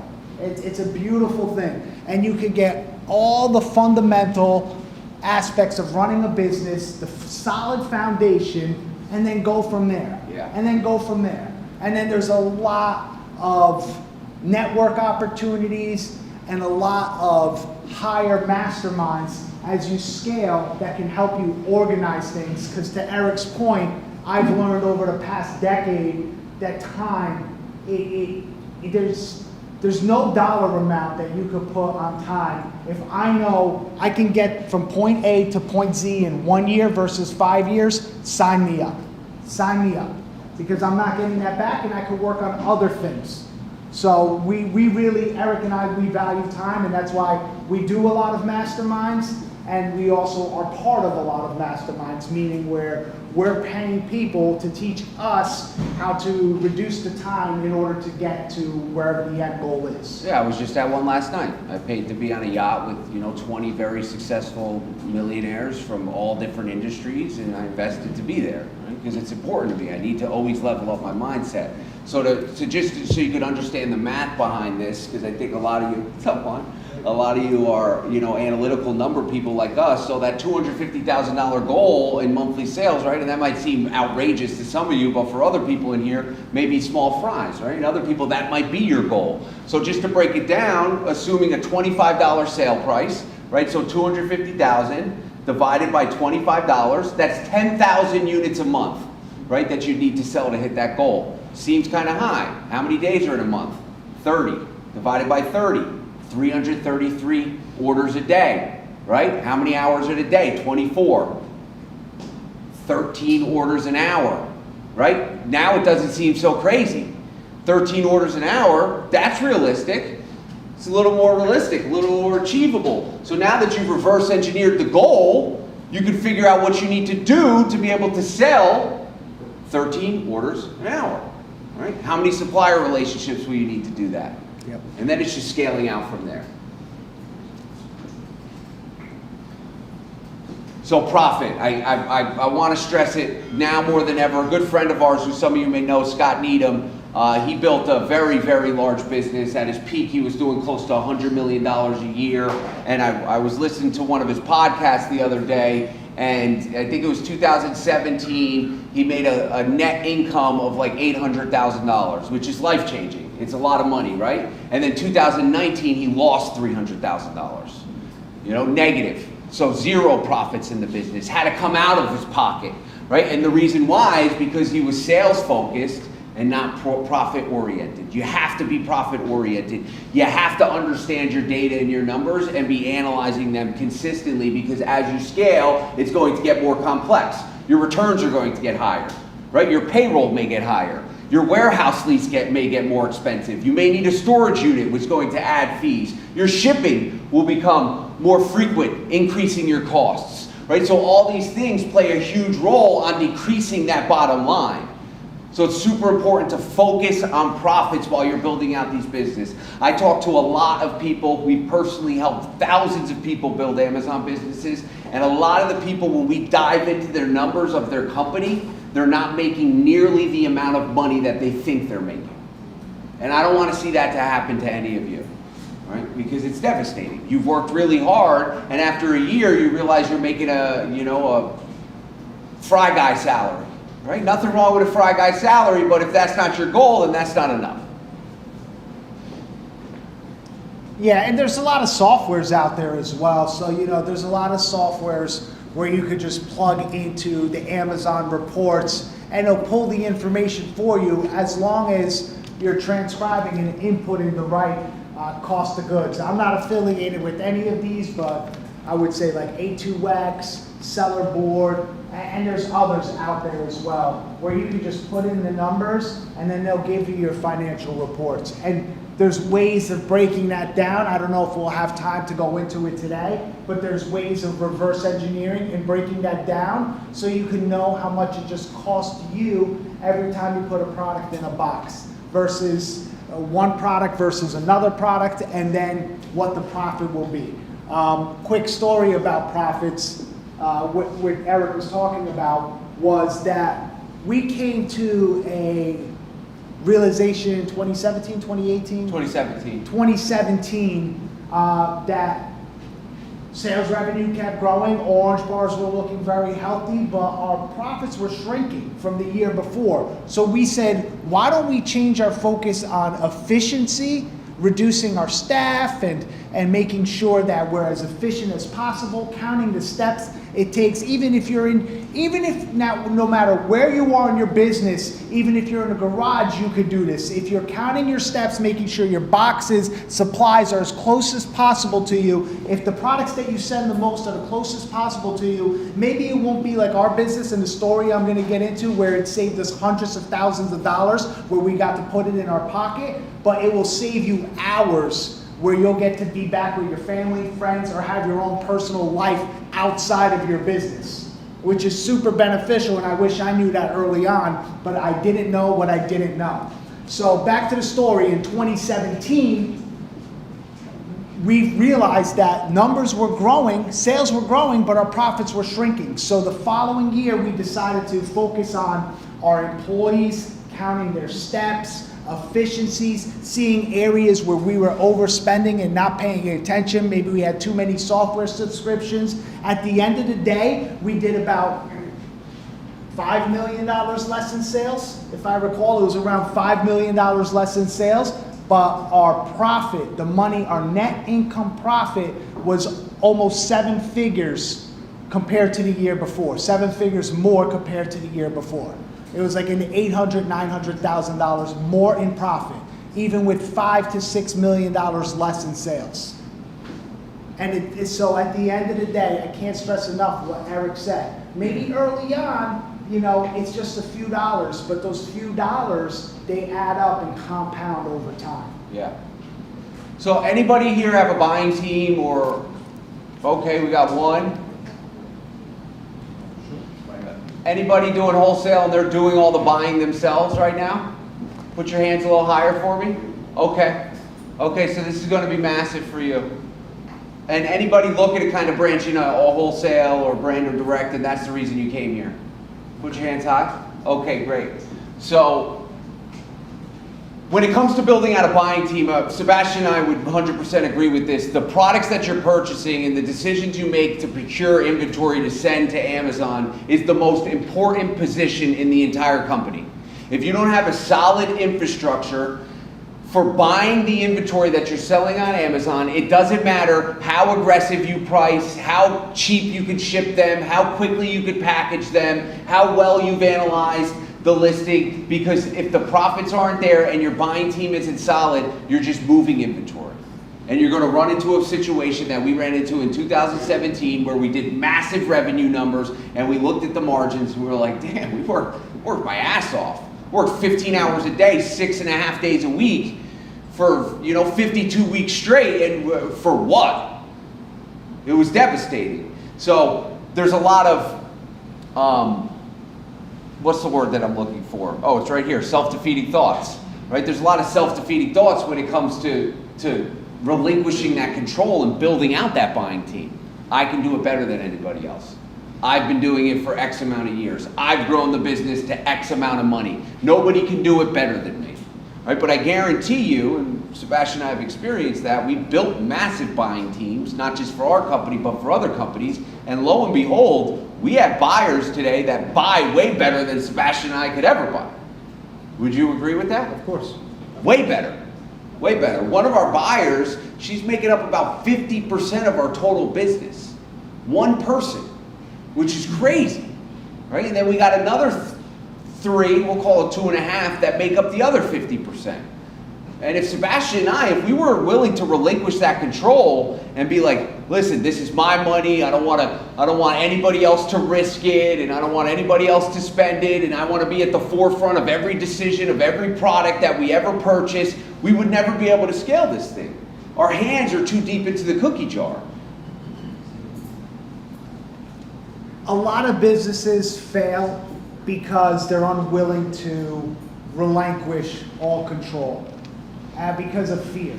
It's just, for myself, I'll speak, and for other entrepreneurs that we've guided throughout the years, is there's this fear factor that who's going to care about my business the way that I do? And you're right. There may be nobody else out there that's going to care about it the way you do. Maybe they'll care 70% while you care 100%. But the thing that you're looking at incorrectly, if you're looking at it this way, is that you think it's, and I thought this way, I care 100%, this buyer cares 70%, that's a 30% loss. No. That's a 70% gain, because now my company's 170%. And then if I bring in another person that only cares 30%, would I want somebody that a little bit more? Sure, but that still brings me up to 200. And this is how we compound and grow.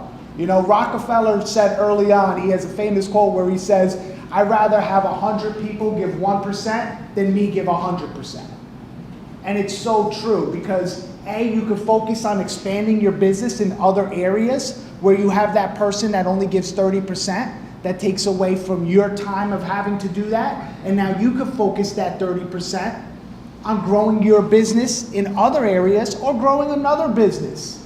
And eventually you get to a place where you have 100%, let's say 99% of your staff is doing everything, where Eric and I are today, where we just join a couple meetings every week and we continue to watch the business grow for years now. For years, we travel the country, we speak at events, we help other businesses optimize their warehouses and buying processes and businesses, and our business continues to grow. Yeah, so for anybody doing arbitrage, whether online or RA, I think it's a great analogy to kind of understand the restrictions of not building out a buying team. Because if you're not going to the store and sourcing, your company's not making money. Right? You are so involved in the day-to-day process of traveling to the stores or using whatever software to find the next deal on Walmart. And if you're not in front of that computer or going to those Marshalls or the Targets, your business isn't making money. The same thing with buying, building out a buying team for your wholesale business. If you're not in front of the computer, you're not making money. It's a very important role, so it's best to delegate that and train someone. And it's a very challenging position to train for as well. To take what's up here, and I've been developing for years and years and years, and have someone else do it. But you got to give them some prerequisites. In the beginning, when we first started building a buying team, we had cutoffs. Like based on our budget, our monthly budget, we'd say, okay, any product you're buying that you're spending, let's just say more than $1,000 on, needs to be looked at by me or Sebastian. Right? So now you're not giving them full control of all your money where they could go drop 10 grand on a product that you never even looked at. They have a limit, right? And if it's over that limit, you get a second pair of eyes on it to investigate and make a collective decision as a company. Yeah, everything in business and in life should be a transition, right? You don't go from being single to married the next day. There hopefully is a process where you build a relationship with that person. Well, it's the same thing with any position in a business. If you're gonna bring a buyer on, you're probably gonna review all their orders early on. If you're gonna bring somebody into your business to help pack boxes, you're gonna stand next to them. You're not gonna put the boxes down, give them the products and say, I'll see you later, make sure it's done right. I mean, if you do, I don't think you'll be super successful at it. But it's a transition process. Even if you're doing retail arbitrage and what we're telling you about wholesale excites you, please do not stop doing retail arbitrage altogether and go right to wholesale. Slowly, do like, if you start looking for wholesale and then maybe go 90% retail, 10% wholesale. Then next month, 80-20. Then 2 months down, you're 50-50. And by, 6 months to a year, you've fully transitioned. But do not go turning off one pipeline that's working just because there's another potential opportunity down the road. Yeah. Yeah, so as far as unlocking the potential, and we had an epiphany, and this is what we'll call an epiphany bridge. And the epiphany bridge for us happened right around 2016, where we realized there was a lot of opportunity, but we couldn't just treat it like a side hustle anymore.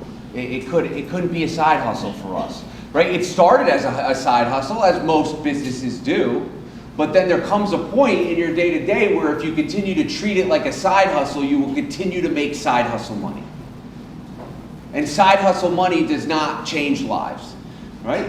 It can increase your livelihood and your capability of doing certain things, but it's not going to build the freedom that we all came here today to achieve, right? So we had this epiphany that we needed to make a transition and continue to scale out the business. And for us, that meant going all in, right? Yeah. So some ways that we've incorporated what we've learned into our company that we're going to share with you today is some supplier research. Who's ever had issues finding new suppliers or brands to open accounts with? Yeah, I mean, everybody's hand should be up. It's a major headache. It's a major headache. You'll average maybe a 5% open rate. So let's say you reach out to 100 vendors, you'll be lucky if 5 of them open an account with you. And then out of those 5, you'll be lucky if you place an order with 1 or 2 of them. Right, so as far as a 5% open rate and like a 1 or 2% close rate, meaning you've closed the company and brought them into your business to do business with them. So it can be exhausting. So we're going to share some strategies that we use that greatly enhanced the growth of our business as just of recent.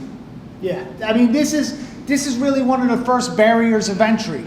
To, hey, do you want to succeed? Remember what I talked about early on about either quit or perseverance. Those are the 2 paths that you have if you're trying to grow a business. You can quit at some point or you'll persevere, and those that choose option 2 always succeed.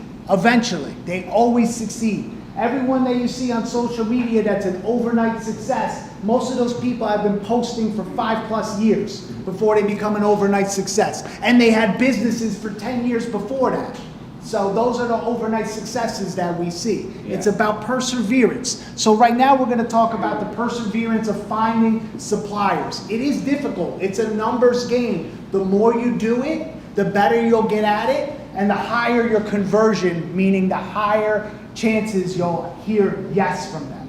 First you'll be like me and you'll stumble on words, say the wrong thing, don't know what to say. I'm pretty sure I even called people someone picked up and I probably hung up before because I was not ready. I was like, oh shit, and I hung up, not being ready. Yes, this happens early on because I'm doing something I've never done before and it's uncomfortable. But uncomfortability equals growth. Uncomfortability is a reminder that you're growing. You're stepping out of your comfort zone. That's the only way you're going to expand. Consistency and persistence. Yep. Persistence. So let's talk about reverse supplier search. This is one of the tactics we use to finding suppliers. This is the wholesale model. Step 1 is we go onto Amazon and we look up brands that we're familiar with on Amazon, or just write down a list. So one way is write down a list of brands that all day long that you drink, eat, put on your face, wear, and then go look them up on Amazon and see how well they perform there. right? That's one way. The other way is going category by category in the search bar of Amazon, looking at the different products that are out there, using softwares. There's a lot of softwares out there. I'm not even going to go into all of them, but there's many different softwares you could use to find brands. And then once you've built your list of brands that are well known on Amazon, Procter & Gamble, you know, all the big guys, Unilever, you can go to their website. So here, we came across Bob's Red Mill. I mean, who hasn't heard of Bob's Red Mill in here? Exactly. So we go to their website, and in there, right on their website right now, you will find this same list. You could go there, you know, if you take a picture or actually go up to the website. You will see the same list. This is the real list. They're brokers and they're distributors. So what are brokers? Just real quick for anyone here, brokers are like a middleman. They are the communication liaison, the person who talks to the manufacturer or the brand, and then has the manufacturer and brand work with a supplier to get you the product. So a lot of brands are like, hey, we're good at making products. We don't want to deal with all the customers. I know that millions of companies want to buy Bob's Red Mill, but we don't want to talk to millions of companies. Brokers, can you do that? Can you do the talking for us? Sure, we'll do the talking for you. And then of course they get a small piece. So if you ever get in a conversation with a broker, just know that they are a middleman. They don't hold any product. They're gonna have to get you in touch, or maybe they'll be the ones getting in touch with a distributor supplier and then shipping you the product. So sometimes that takes a lot longer when you work with a broker, and sometimes it could be more costly because the distributor has to get paid and the broker has to get paid.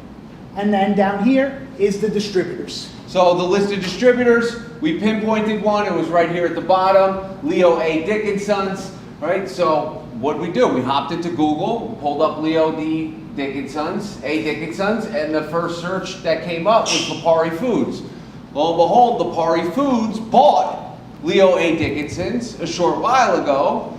And so what do we do now? Dive a little deeper into Lipari Foods. Go into their website. We got to become a customer. Link right there. We fill out their vendor form. But for me, Sebastian, this isn't enough. This is basic level wholesale. Go to anybody in the world can go to a website and fill out a customer form.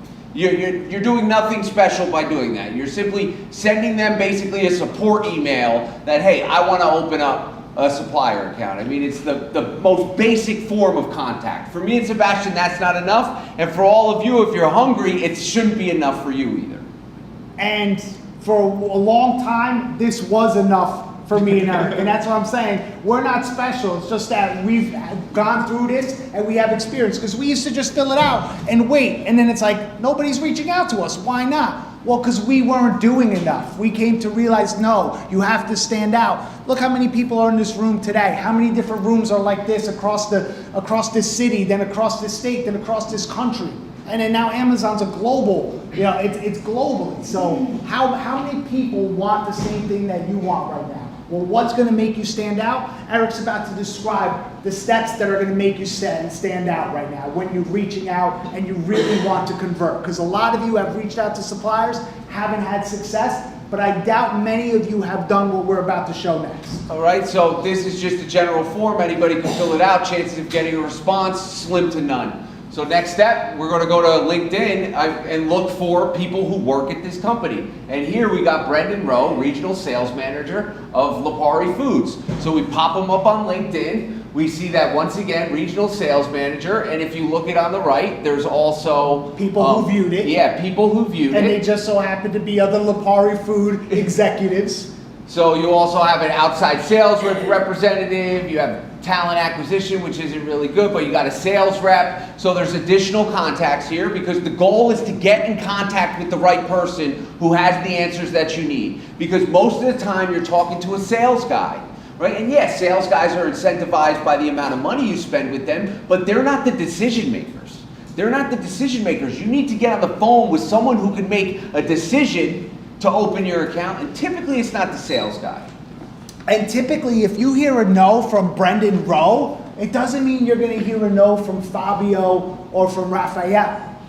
You have to understand it's not like a direct playbook a majority of the times with companies. It really is about relationships and it's about people. And just because somebody said no to you doesn't mean the next person at the company won't say yes. Or even more mind-boggling, what we've seen is just because Brendan said no to us on Tuesday doesn't mean Brendan will say no on Wednesday. Brendan will say, I mean, this has happened to us where we've gone up to the same person who said no to us repeatedly and all of a sudden says, you know what? That's the greatest idea. We want to work with you. Yeah. Yeah, the consistency is key here. I met a brand, it's one of our largest brand directs now. I met a brand back in 2016 at Expo West, which is a huge natural food product show. I saw them over the course of 2 years at about 6 other trade shows. Every time, and they have booths like this, so every time I'd come up to the booth, hey Brian, what's up? You know, you ready to do business with me yet? And he'd say, nope, not ready yet. And after seeing him 6 times, we had this friendly, cordial relationship where it was almost like a joke. Where I'd go up and be like, hey, you ready to open my account? Yeah, no. After 2 years, he calls me one day out of the blue and he says, Eric, I'm ready to do business with you, right? And today, that business with us does what we do about $3 million a year on Amazon with them at very healthy 22% margins, right? So absolutely game changer. But it took 2 years to open that account. And the only reason I opened it was because I was consistent and I was willing to invest in the relationship. Right? So a huge thing is people put in some work for a little bit of time, and I'm guilty of it too. You put in some work for a little bit of time, you don't see the results you're expecting, and then you rest back on what you've always done and always known. So you got to be consistent with your follow through. And now this next thing we're about to share, I think we've only shared this publicly in one other place. It's been an absolute game changer for our company, because if you've gone through this process and you've reached out to Brendan Rowe, or maybe Brendan's not responded to your messages because he's not very active on LinkedIn, we've been using this software, Seamless AI. I have no affiliation with Seamless AI. They're not paying me to talk about them. It's just been an absolute game changer as far as reaching the right people and getting the correct contact information. So here, you can see the company is listed on Seamless AI, Lipari Foods. Here it says a little bit about them. They're doing $1 billion in revenue, and they got about 1,000 to 5,000 employees. Imagine probably around 2,500 employees, all right? But there's some additional information here. So when you click on the Lipari Foods, what you're going to get, when you click that right there, what you're going to get now is the additional information. And this has been the magic ingredients to our magic recipe. Wait, hold on. Okay, I'll wait. Somehow it jumped. Yeah, no problem. So what you see here is now, look, you have all the same contacts we found on LinkedIn. Great. I don't know if anyone's ever reached out to people in LinkedIn. It doesn't have the highest conversion rate for me. Maybe they just don't like me. Maybe it's LinkedIn. I don't know. It's probably me. But what I do find is with Seamless AI, now what happens is when I click this find contact information, I'm able to get this person's office phone number. A lot of the times it's their direct cell phone, personal cell phone, email addresses, and I could reach out to all these people from this company saying, hey, I reached out earlier this week, I filled out the customer acquisition form, I'm just following up again, I'm Sebastian from Amazon Lit, I really want to get on the call with you. If I'm emailing them, if I'm on the phone with them, I'm kind of describing the whole process to them. I'm letting them know, hey, I'm Sebastian from Amazon Lit. I just sent you an email about customer acquisition. Based on the products you carry, I believe I'd be a great fit. Now, I'll share you a little secret that I've learned in sales, which is don't talk too much. Give just as much information as needed. The more that they talk, the more opportunity you have. The more you talk, the less opportunity you have. Yeah. It's just the way it is. People, when they're talking and you're listening, they think you're a good guy. So I think you're a great guy. You've been listening to me for an hour now. You're an amazing person. But the more you allow the other person to talk, the higher your chances of retaining them are. It's just that's how it works. The more you talk, the less chances. So I would just say that. I would now open it up for them to ask me questions. I would answer those questions, and hopefully by the end of the phone call, I would have them locked down. Now, not everything converts on the first try, and we're going to get deeper into the path that we've set up for success, because most things you don't close on your first try. Has anybody ever used Seamless AI? Show of hands. Chris has? Awesome. This guy as well? Awesome. Right, so Seamless AI just provided a lot of information, and you don't want somebody, a VA, manually transcribing all that information into a Google Doc, so then you know when you contacted them. So Waste of time. you could do a simple Seamless AI, Zapier, Google Sheets integration, right, where it actually will pull all of that contact information immediately into a Google Sheet for you.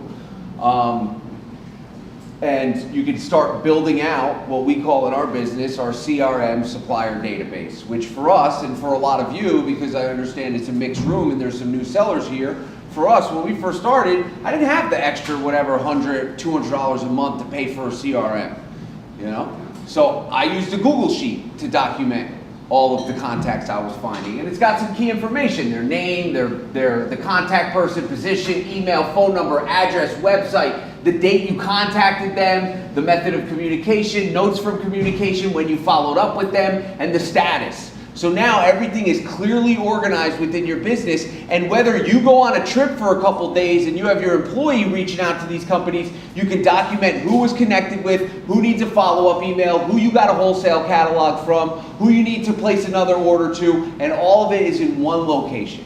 So CRM stands for Customer Relationship Manager. It manages all the information from your customers. For us, they're really suppliers, but most people, there's no SRM, so it's CRM. But the way you could look at it is Supplier Relationship Manager. It basically, you could go back to the sheet at any time, and if I wanted to know, hey Eric, when's the last time you reached out to Nestle? I could go right to that sheet, see who he spoke to, see what they spoke about, and then if I want, I could follow up with the same person Eric did, or maybe reach out to somebody else from that company and say, hey, my business partner Eric spoke to Greg from sales, and they had a wonderful conversation. I was just following up in regards to that conversation and closing this supplier account.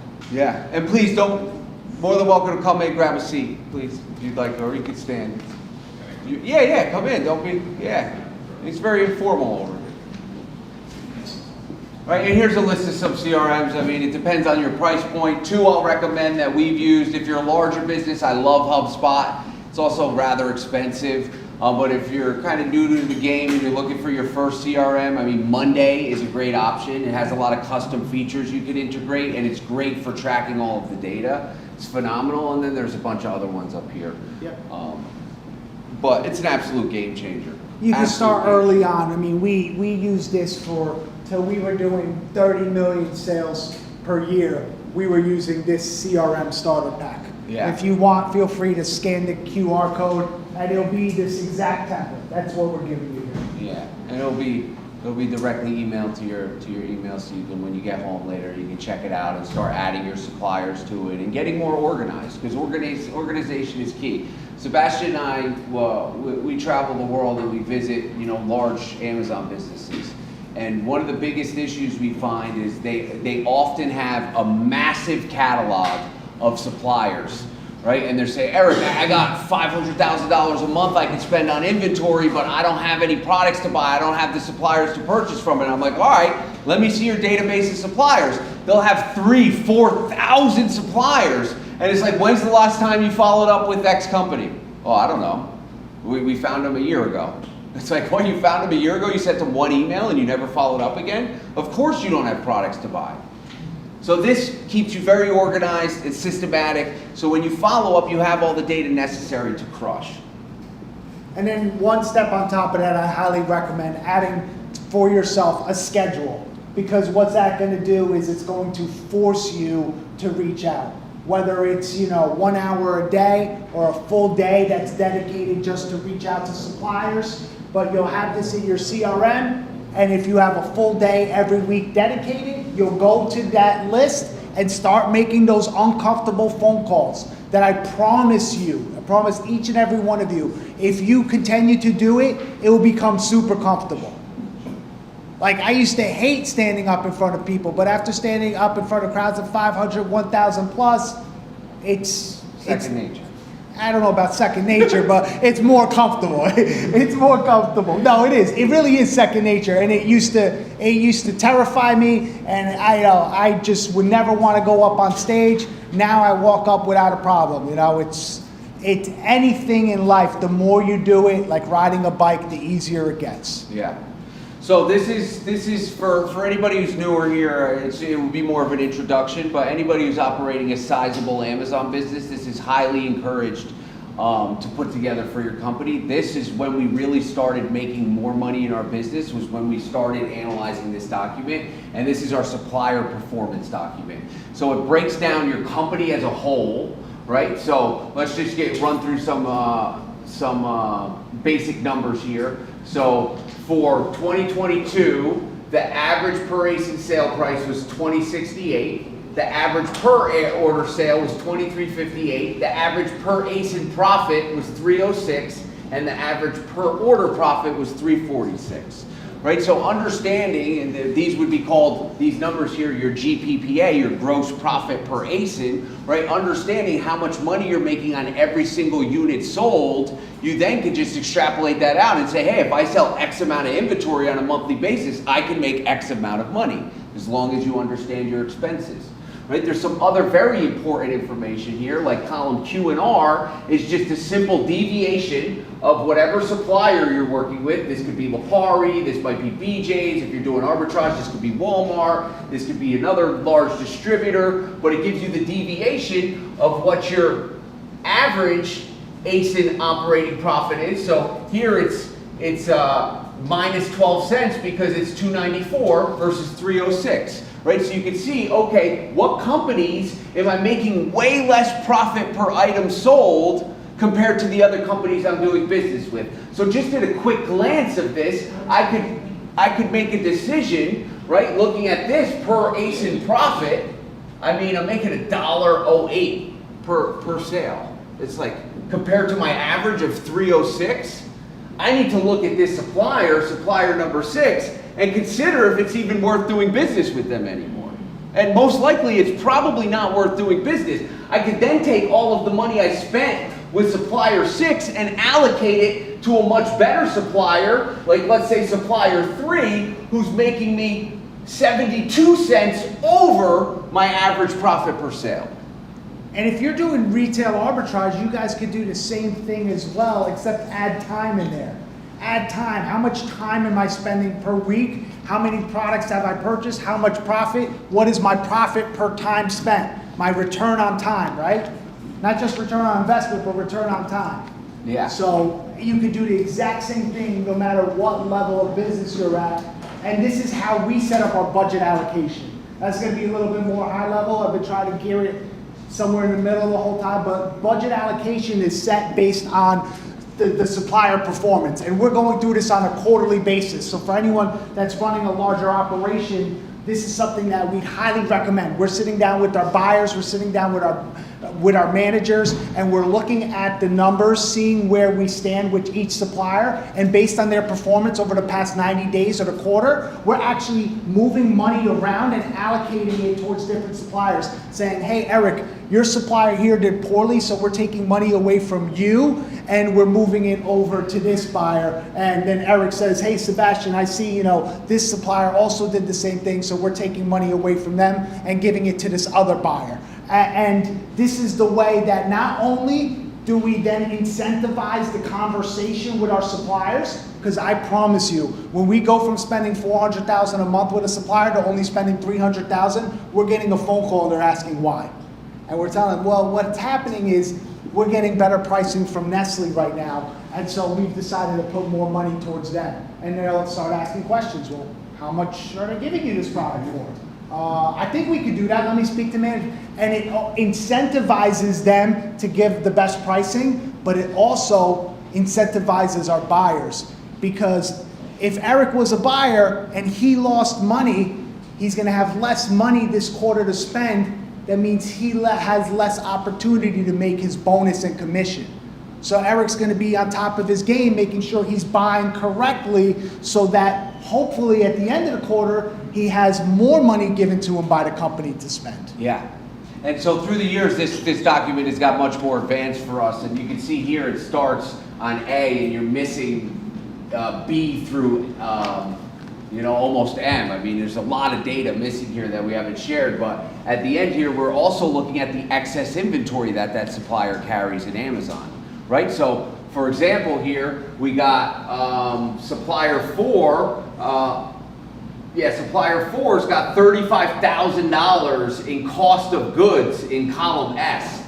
$35,000, which is right here. Yeah, which is a sale price. You figure about 50% of the sale price is cost of goods. That's $79,000 in potential sales revenue that's just sitting in Amazon, right? So excess inventory could be at the floor price. Maybe a competitor came in, drive the listing price down. Maybe the buy box is suppressed, right? It could be a million reasons why it's not selling. But now you can really analyze and be like, all right, this company's profits may look good, but we have $70,000, $80,000 of inventory that's not selling in Amazon. So what's excess inventory? Excess inventory is, I bought this, I spent all the money in my wallet to buy these 2 bottles of water, and now I'm trying to sell them. And I determine how fast I need to sell them to continue to have my business growing, because I have bills coming up and things that I need to pay. So how fast do I have to sell these for a profit before it's hurting me?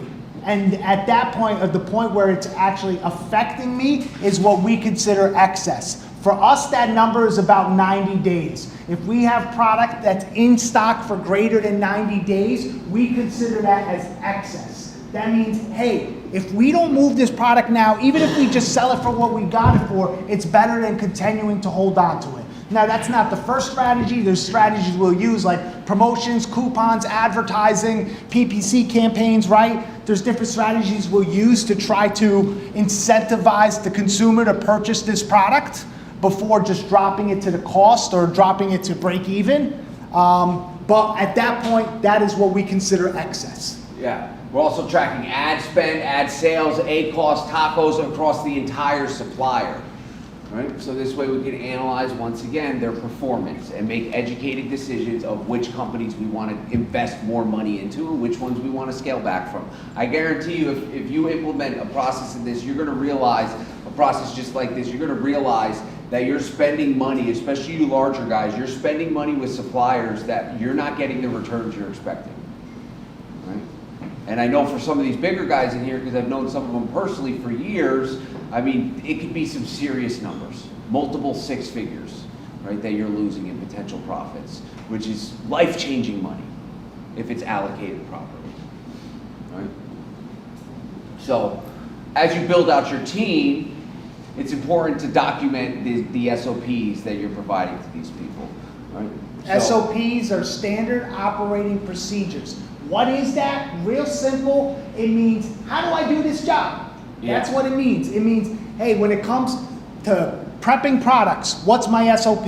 Well, first I grab the product, then I put a label on it, then I check Amazon's prep requirements, I prep it. That is an SOP. Now we're about to show you an SOP for buying. Yeah.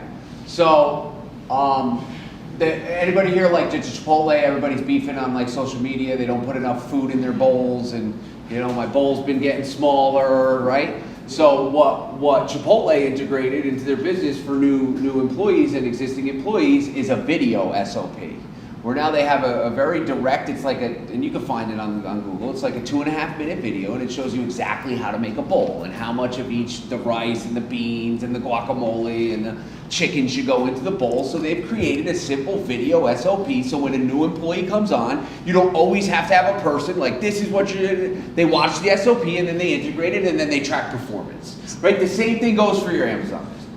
No, it just sounds like the perfect marketing campaign. That's all. Like, that's genius. No, it's Chipotle. That doesn't sound like an SOP. That sounds like an advertisement for Chipotle. Right, so we're not going to go into this SOP here because it's very complex. It's just super detailed. But the point is that as you start doing a position and you get comfortable with it, and you're like, oh, this is the optimal way to do it, write down those steps. Document them in all parts of your business, because early on you're going to wear all the hats, but eventually you're going to bring in people Yeah, exactly. As you scale the business, you're going to bring in people to take on different roles. Probably one of the first positions will be that person who preps and packs boxes, right? Because you'll realize I could pay someone $10, $15, $20 an hour to pack boxes, while I could be buying products and bringing in for my company $100, $200, $500, $1,000 An hour. an hour. So ROI is clearly there. So that will probably be one of the first positions that you'll build out this SOP or standard operating procedure for. Yeah. Yeah. So, some positions in your buying team, initially this will all be you. For a lot of you who raised your hand before, you're like, hey, I'm just getting started. You're wearing all of these hats. There is no, you don't share your hats yet. I mean, it's important. Carlos pointed it out before. He said that operator role early on is a crucial part of the business, because if you don't understand the roles and positions, how can you train somebody to operate them for you? It's nearly impossible to do that. So here's just some of the roles that are a part of our buying team today, and you may have, some of you larger guys and girls may have this already integrated, but like supplier account relationships reps, right? Who's contacting these suppliers and building out these relationships? If you're new, it's you. If you're larger, should it be you? Potentially, depending on the size of your business. But is it something you can teach somebody to do? Absolutely, right? Then you're essentially your buying team. Who's going to be sourcing the ASINs and finding these suppliers, right? Initially, it'll be you, but you want to build that into a position, right? Creating purchase orders and ensuring, efficient pricing and completion of those purchase orders, following it all the way through from the research to the submitting it to the supplier, to the preliminary invoice, to the final invoice, to the final shipping to you, to receiving the product, documenting any damages, shortages, expired units, missing inventory, overages, communicating that with the vendor so you're making sure that you're not losing any money, right? And then following the entire life cycle of the ASIN all the way up until it's sold on Amazon. It has to be a responsibility. And at the beginning, that responsibility is yours. But as you grow, you have to build teams around those responsibilities. So, early on, like Eric said, this will all be you. And it's important to write these things down as soon as you're comfortable with the position, because what you don't want to happen is making mistakes. And it's like, oh, I intuitively know how to do this because I've been doing it. Well, guess what? You may forget to check if you're eligible to sell an ASIN. What does that mean? That means based on your account status and based on some listings on Amazon, there may be some restrictions. There may be certain products that you're unable to sell. But when you scan that product, if you're using like a software, that software some of them will only show you how profitable it is. It may not show you if you're not eligible to sell it. And what we've seen is people spend money buying products only to find out they can't even sell it on Amazon. So that's what step 9, or where I went back. Okay. That's what step 5 is about.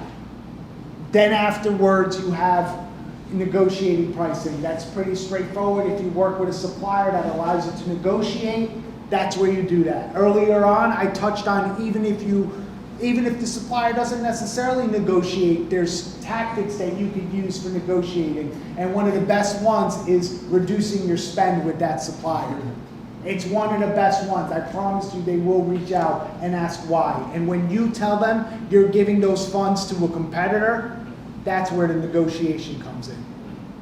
Communicating with the warehouse to ensure, Eric touched on, ensuring all the products are received correctly, the discrepancies. Well, then there's also making sure that all the items are sent out. And also, part of this is documenting this. Even if you're operating yourself, making a copy of the invoice and making sure that everything you paid for came in and was sent out, and that you've also documented and organized that original invoice. It's so important to have that original invoice, because there may come a time where you're going to need to show that receipt to Amazon or for other purposes, right? So it's important to have that. Yeah. And these are some other roles that the buyer or yourself may be managing. Reviewing excess and stranded inventory, which we talked about with the water bottles, running advertising, promotions, and coupons. The way we've scaled out our business is we relinquish as much control over the buyer as humanly possible. So it's their responsibility to follow the entire life cycle of the ASIN, from finding it to selling it and everything in between, right? So if But that's all they do too. Eventually, when you get there, all our buyers do is buy. We've seen teams that their buyers are also prepping products, or their buyers are working on the repricing and going through. It's like, no, we have different departments for different reasons. Our buyers, we don't want them focused on discrepancies. We don't even have our buyers communicating the discrepancies. We have someone on our team that handles all the supplier discrepancies and communication on that end, so our buyers could focus on what they're really good at, buying. Yeah, and just so for a little information about building this actual team for anybody who's ready to do that now or maybe ready in 6 months, building a buying team is the most challenging position or part of this entire business. It's very challenging to get the person to perform properly, but you essentially have to think about it like this. You're making a clone of yourself, right? And time takes time. It's not going to happen overnight. Typically, the average training period for a VA or an in-house buyer that we bring on, 90 to 180 days. And I'm talking that first 90 days, it's daily meetings with them, reviewing their purchase orders, reviewing the ASINs that they found, the profitability, the competition, making removals, increases. It's a very tedious process. And nowadays with softwares like Loom and some of these just on-site recording applications, I mean, you can easily film a quick explainer video and explain something to somebody anywhere in the world. You know, for, I think my Loom subscription is like $10 a month. Once again, another company we have no affiliation with. And then, of course, eventually you'll want to get to a place where you potentially incentivize. All I know is the more I give to my employees, my team, the more I receive back. Always. Always. I always get tenfold back. If I'm giving them $1 more, they're giving me 10. It's just the way that it works. That's been my experience. Maybe for others it's not, but the more I try to keep it for myself, the less I have. The pie expands the more I'm willing to share with others. And that's always been the case for me throughout the different businesses. Yeah. And so when it comes to buying, it's the same thing where we structure it in a way that, hey, the more profit you're bringing in for the company on a monthly basis, the larger percent we're giving you back. Yeah. Because they get a commission structure. It incentivizes them, and right now, Eric and I don't handle any of the buying communication. We have our main buyer. She's the director of all the buying and procurement. She handles it with all the buyers. But when we were handling it, we would get messages on Saturday night, Friday night, Sunday mornings from them, not us reaching out to them because it's the weekend. You know, we know that they're Monday through Friday. But I mean, for years, they would reach out to us Friday night, Saturday, weekends because they were motivated. They were motivated, right? They knew there was no ceiling. As long as they were performing to their best, they'd be able to provide a lifestyle that they wanted. Yeah. And also communicating your prerequisites with these buyers. So these are very accurate prerequisites at the top here of what we purchase inventory for. Standard product, which is like one individual product that just requires an FN SKU, would be around $250, right? A glass product, it's a little more riskier to sell. It could potentially break. So we increase that profit margin or profit dollar amount to around $4 to account for some of those damaged units, right? Hazmat products, they're typically a little more costly to ship into Amazon. So we're increasing the minimum buying requirements for those products as well. Variety products, right? It's much more tedious to put 3 of these in a poly bag than it is to just label one. So how are we going to make up for the cost of producing that item? We're going to increase our minimum buying threshold for variety packs by 50 cents over the standard product. Large bulky, it's a big product, costs more to get it into Amazon. How are we going to account for those additional shipping fees? We're going to create a new prerequisite, $7 plus. I don't want to buy any product that's not making me at least $7 and 10% gross profit margin because it's just going to eat all my costs after I ship it. So all these numbers here are arbitrary. meaning it's gonna be different for your business because you'll have different expenses. But no matter if you're running a business with multiple employees or doing it out of your basement, you cannot treat all your products the same. It is not fair for you or your business, and it's going to suffer. If you have a product that takes longer time, well, that product should have a higher minimum profit that you need for it. If it takes you longer time to prep it, you gotta value that time. So if something takes you, so figure out how much time you spend in your business and figure out what that cost is to you, and then divide that across your products, and you'll come up with these minimum buying thresholds. And then you just repeat it in scale as your business grows. Yep. So, over the years, I'd imagine a majority of you, anybody using Google Sheets a lot in their business? Show of hands, probably a majority of you, right? Google Sheets, don't get me wrong, amazing, but it's, what we've experienced is as your business grows, let's create a new Google Sheet for that. Oh, let's create a new Google Sheet for that. Oh, we need to document this, let's create a new Google Sheet for that. Before you know it, a year goes by, 18 months, you got 50 Google Sheets, nobody knows where anything is, it makes it very complicated. Every single purchase order is being tracked on a Google Sheet. So Sebastian, for the past 6 years, has been developing, I think, the world's most phenomenal software. It's called Source Correct, and it completely eliminates Google Sheets from your business. Now, if you're new to Amazon, it's not a software that would benefit you. I encourage you, please, use the Google Sheets. But if you're an experienced seller who's been crushing some reasonable numbers, 6 figures plus monthly, Source Correct will absolutely revolutionize the way you operate. Yeah. You want to touch on just some of its benefits briefly? Sure, and I'll touch on that. It goes back to everything we talked about today. I did not develop this because I can't write code, but I'm able to organize teams and delegate, so they've developed it for me, right? We've had developers on our staff for, like Eric said, 6, 7 years, and they've developed this software for us. And basically what it does is, every time you build out a Google Sheet with products that you're ordering, this remembers it, except you don't do it in Google Sheet, you do it right in here. It remembers the products you've previously purchased. It connects them between different suppliers to show you the best pricing. And then on top of all of that, it checks for discrepancies. It allows you to receive products. It allows you to communicate seamlessly with your suppliers by downloading your purchase orders. And to sum it all up, it does receiving, shipping, all that. But to sum it all up, it handles a lot of the functionality that 4 or 5 softwares does. It handles it all in one central console. Yeah. So we have some businesses that we work with directly who use this software. They're a team of 1 buyer, purchasing $500,000-$600,000 a month in inventory. 1 person. 1 person, right? and it was just not achievable before because it gives you the ability to have, this software is like having 5, 6 VAs because it just remembers all the stuff and makes it much more seamless to reorder. Yeah, and so if you do operate a larger business and you want to check out, we whipped up just for this a quick demo so you could see what the software is all about and how it will absolutely change your lives. And just to let everyone know, to not get disappointed with Eric, it's only available right now for Inner Circle members. So you can see what the video's about. It's not yet available to public. We're having discussions about it, but right now it's only available to Inner Circle members. But it's still a really cool video to check out. Yeah. So really the game plan, and then we'll leave a few minutes for Q&A here. And like I said, Sebastian and I will be hanging out.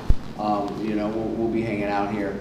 But it's super important. A lot of you showed up to this. Maybe you've never been to an Amazon event. Maybe you go to events all the time. Maybe networking is your thing. But I know for me, even though I may seem super, outgoing and all bubbly and like me, personally, if it was up to me, I probably wouldn't be in a room full of a bunch of people. But it's an obligation and commitment that I have, so I continue to do it because it makes me better as a person. So it's super important through this process. While you're here, get people's number. I'd imagine a majority of you, I don't think anybody flew in, but a majority of you probably live right here in Miami. Right? You can build relationships, grab dinner with people every weekend. Carlos is here with the Wizards of Ecom. I believe every weekend, right? Every weekend hosting free events that you can attend on all different types of business models in the e-com space. You know, last week I believe some ladies were here talking about TikTok Shop, right? He's got advertising. I mean, it's a phenomenal opportunity, and you get that in-person connection to talk to experts every single Saturday.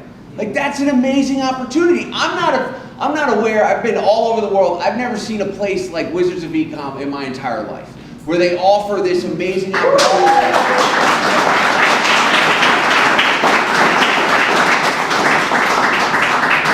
Where they offer this amazing opportunity to have a physical location where you can get real life, hands-on, expert opinions and advice for what you need and solve your problems on the spot. And if there's not someone here the weekend that you pop in that can solve your problem, I guarantee you someone in the room will know someone they can connect you with to solve that problem.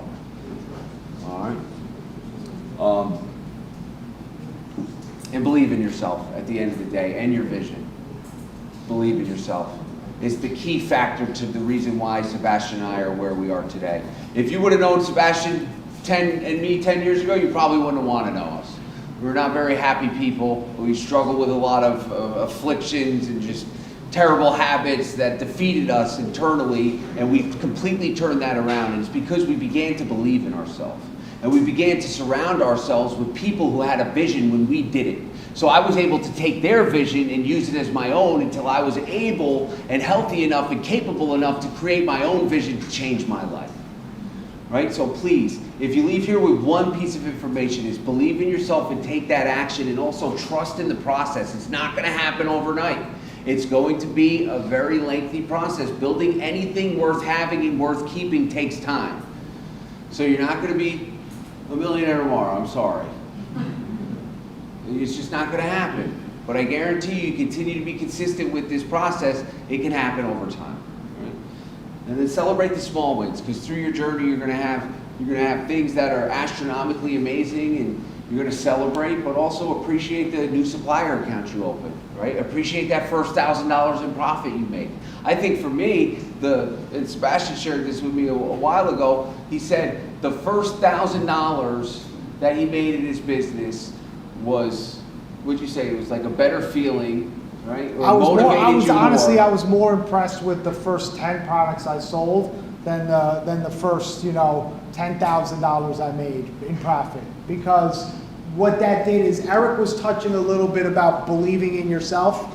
That's great. That didn't work for me, believing in myself. I just didn't.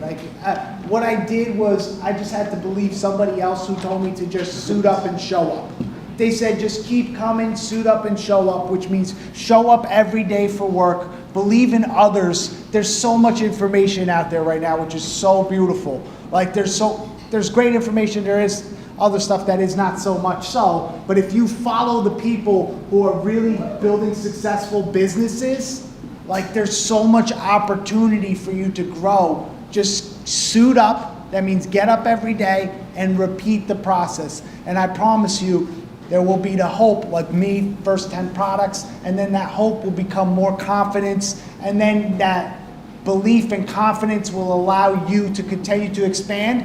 And then at the end of the day, it's really cool where I went from having a dream to helping others build theirs. And that's where I never planned that, but that's just the domino effect of what happens just from showing up every day and staying consistent.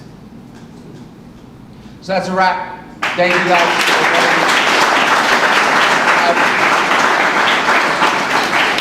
I appreciate y'all for coming out. Do you have any questions? Anything? There's no dumb questions. Go ahead. Oh yeah. Oh, questions on the stream. So we'll take one here and then we'll jump to the stream. Oh, here.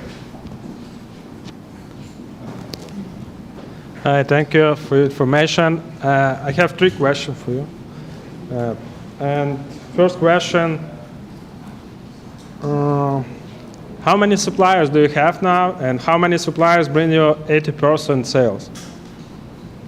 So I think that's a great question, because early on, I believe, and I see it so much in the industry, I don't know if you're like I was, but I thought it was about quantity.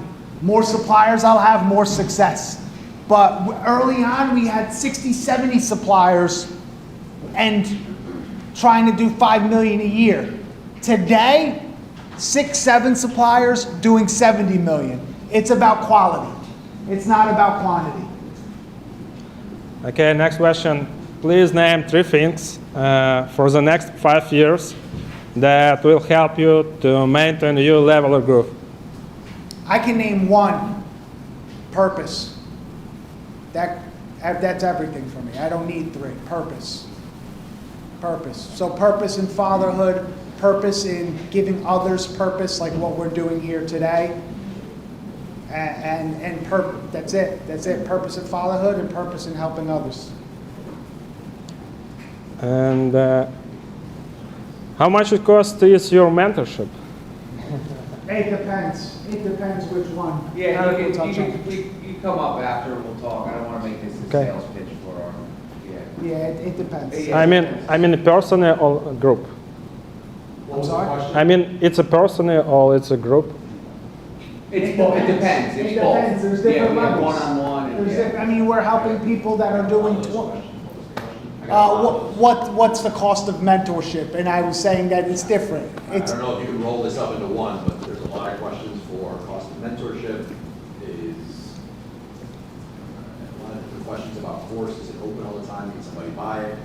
Yeah, so I mean, it depends on where you are in your business. We have different programs that we offer to different tier people. We're not gonna tell somebody that's brand new that they belong in our program where we fly out to you and we sit down and we analyze your buyers and your employees, because that's our higher tier. You're not there yet, and that's okay. Our goal is to get you there. Yeah, well, figure the base is like $3,000 to $4,000.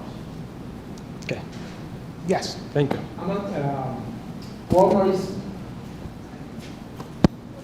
Walmart is trying to get to the game. How do you plan to even still selling in Amazon, but start to selling in Walmart? Do you have a plan? Do you have a transition? So the question was, what is our plan for the future with Walmart continuing to grow? We had Amazon executives come visit us at our facility. They were sitting in my office, and we asked that question to them a couple years ago. We said, Walmart's gaining steam. Are you concerned? And they said, we're a little concerned. They're only 10 years behind us. And I do believe that. Walmart's still like at least 10 years behind Amazon. What about Jet? Yeah, Jet. What about the guy who sold Jet, Mark? He made out like a bandit. He sold diapers.com to Amazon and jet.com to Walmart. So there's a lot of softwares out there that are for multi-channel fulfillment, meaning that you can cross-launch your products between TikTok, Amazon, Walmart, and Shopify, your own direct-to-consumer website.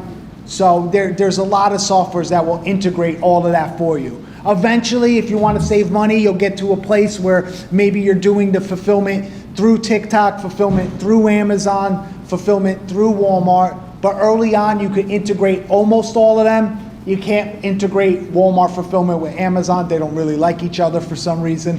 But you want to be able to make sure you're on all those platforms eventually. But I'll say early on, don't dilute yourself and try to go on everything at once.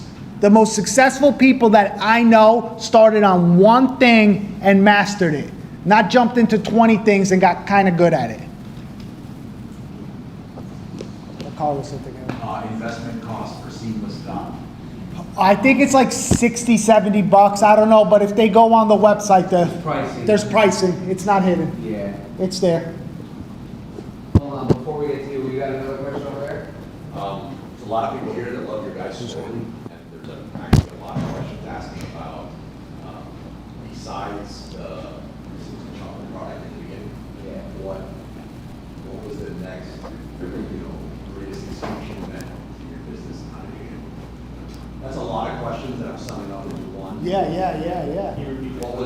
What is something else that happened in your business that maybe was like an extinction level event? Sure. How did you deal with it and move forward? So other major challenges in our business, I would say Anton Berg was one. There's so many. There's so many. Suspension? Our first suspension in 2018, that was or was it 2018 or 2016? I don't recall. But I do remember I literally didn't leave the office for like 3 days. I didn't even sleep like the first 2 nights. I just kept trying to appeal it. It took us like 10 days, 7 days to get our account back. I mean, you could imagine at that point, you know, I had like 20 employees, and now you're shut down and you have bills coming in, but more important, I got 20 people that I'm not telling them yet because I'm like, I gotta fix this. I don't want them to panic that they don't have paychecks coming in for their family. You know, these are some of the challenges, you know, but I'll tell you, I speak with a lot of people all the time, and when they bring up situations to me or where they see where I go through life challenges, they're like, how are you so calm, cool, and collected? I think it's because of times like that I've experienced where like, I'm not numb to it, but I'm just like, okay, we're gonna go through this. Like, you know, so there's benefits, and that's why I'm saying you grow. This is like you volunteering to see how much you can grow in life. That's what entrepreneurship is you putting up your hand and saying, universe, higher power, God, whatever you call it, let's put me to the test and see what I got. I would say one thing that was devastating was we sent in some products in large quantities that Amazon like restricted the listing, or we didn't do our research properly, and with Amazon's removal order fees, I mean, it was very costly, tens of thousands of dollars in removal order fees, which, you know, it's not the end of the world, but it's definitely something to be mindful of. How are you guys handling the buying process, especially for those bundle ASINs with this new bundle policy? So we're looking for one that the brand name matches the brand that we're selling on that specific listing. Also checking, making sure it's not like a wholesale bundle where someone added something to it, you know. But I mean, it's also you can check the GS1 the UBC through gs1.org or gov. Doesn't matter. GS1. Yeah. To make sure that it's actually connected to the brand. But I think what the bundling policy is going to more impact is some of those like wholesale trademark bundles. Although even us, and I'm sure you, in the past couple of days have gotten some emails about just like a 3-pack that Amazon says, hey, this wasn't created by the brand, it's being removed, and I'm not aware of any way to pinpoint those listings other than those 3 ways I just shared. Well, I mean, there's also, you know, with Amazon, they're imperfect. So if you do see listings that are taken down incorrectly, you need to communicate and appeal those. And we've had listings brought back. Throughout the years, we've had thousands upon thousands, probably close to the 10,000 through the decade, that have been taken down at some point, and we've appealed and got it back. Amazon's imperfect. Yeah. But as far as protecting yourself, I would stay far away from the wholesale trademark bundles. I mean, where you're taking, and for anybody who's not like a wholesale trademark bundle, would be like you take 2 shampoos and a loofah, and you kind of make like a whole bundle of it. It's like that Amazon's essentially getting rid of. Can you pass the mic to Blue, and then I believe you had your hand up, is that right, miss? Then we'll go to you, and then to you all the way in the back. A lot of Amazon sellers was banned in Europe due VAT policy, and I know a lot of sellers struggling with online arbitrage. But what about wholesale? What trends you see from your perspective, like positive and negative ones? Like the pros and cons? Yeah, I mean trends. Trends. What do you see from your perspective? What's happening in the field right now?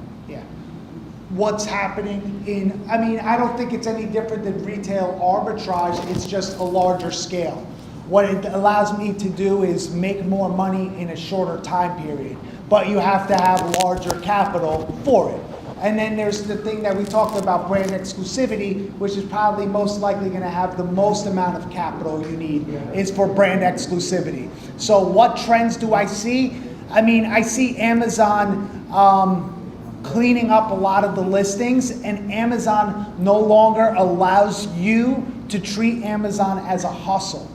They expect people to run their accounts on the Amazon Marketplace as if it was a legitimate business. Because Amazon is a $1 trillion company and they don't want people that are just saying this is a side hustle. Now, it doesn't mean it can't be done through the garage. It just needs to be done following their rules and regulations as a business. They don't care about the size of your business. They just care that you're following the rules to keep them safe and their customers safe. Thank you. I think the follow-up question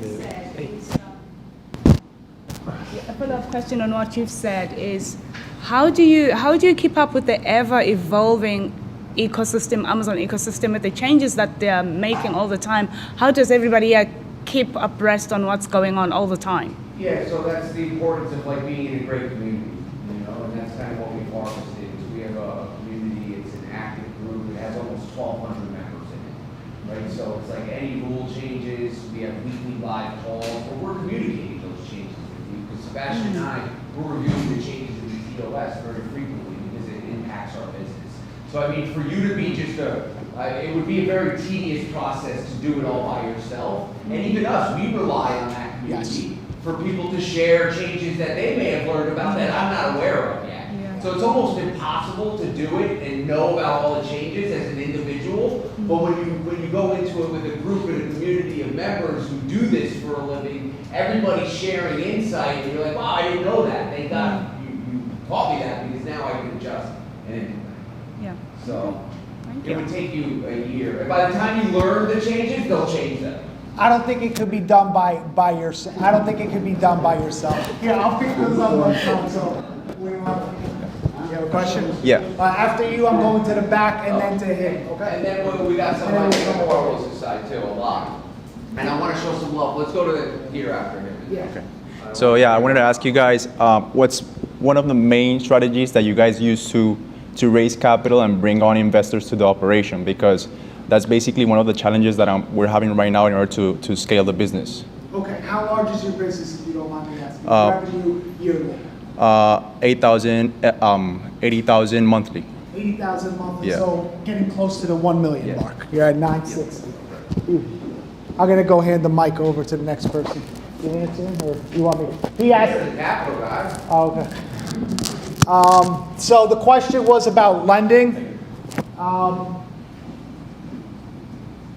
You have to paint a vision. There's businesses that don't make any money. Those are the businesses that typically get the largest amount of equity.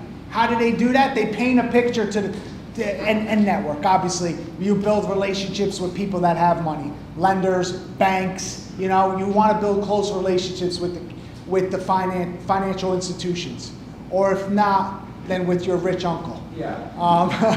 But you have to paint a vision of what it's going to be. So the numbers today are going to definitely be the foundation.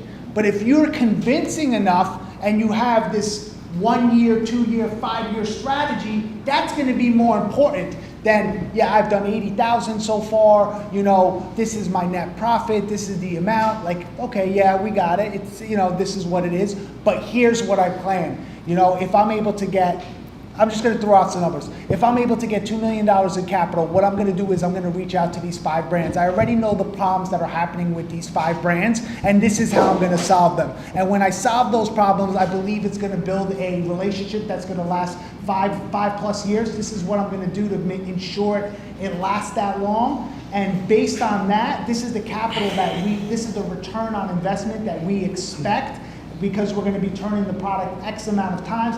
And you're painting this picture of what you're going to do with the money, so the other person would almost be foolish not to work with you. Yeah, and the best place to start would probably be the banking with for some time now. Because if you're doing $80K a month, I mean, you didn't just start yesterday. So you have established transactions in and out with that bank, so going in there and speaking with someone about what funding opportunities they have to offer. And then if maybe the interest is too high, you can look into credit unions. And what I would stay away from is kind of some of those like hard money loans where someone gives you like a whatever 50K, merchant cash advances, where it's like they give you 50K but you owe it back in 8 weeks. It's like, it's crazy. It's too intensive to pay that with Amazon. And you'll see a running theme. Usually the easier something is, the worse off it is for you. The longer it takes to build, the more value it has. Like building out a structure, that picture I'm talking about, that's gonna be maybe 20 to 30 page document with graphs and things like that, it's gonna take you some time to build that out. But the amount of capital you could get at a low interest rate Yeah. pays for itself. I want to show some love to everybody who joined us virtually. First of all, appreciate y'all for just hanging out with us. And I know we got some questions on Carlos side. A lot. Let's Consolidating like 30 of them. Some variation of one side to personal, one probably I think what they're trying to say is what's your profit margin or what range of profit should they be going? Yeah. So, gross, we'll talk gross first, and then net, I don't even know if I can give a range for net. Sure. But typical gross for wholesale will be between 12 and 18%. Depending on the size. I mean, if you're just starting off, or if you're under, let's say 100,000, I would hope that you could be closer to that 20% mark. It's But a smaller business. It's a smaller business, but as you get to 7 figures, $1 million, what you're gonna see is an industry standard is somewhere between 10 and 15 once you get over to $1 million a month in revenue. Several, I got my account restricted for section 3, and I was asking for invoice, but I don't think I have order confirmation. What can I do? You're gonna have to reach out to, so the question was, they've been restricted on Amazon, they only have an order confirmation, what to do. The solution is to reach out to the vendor supplier that they got it from and get an invoice if they purchased that product. Order confirmation will not work. You need to communicate with them and, I purchased this product from you, I need an invoice. And that's What if that ship is sailed? and that's one of the issues of the arbitrage business model is you're not getting that invoice to verify. Why has that ship sailed? Well, they, understanding here, they purchased it, I'm assuming arbitrage got shut down. Yeah.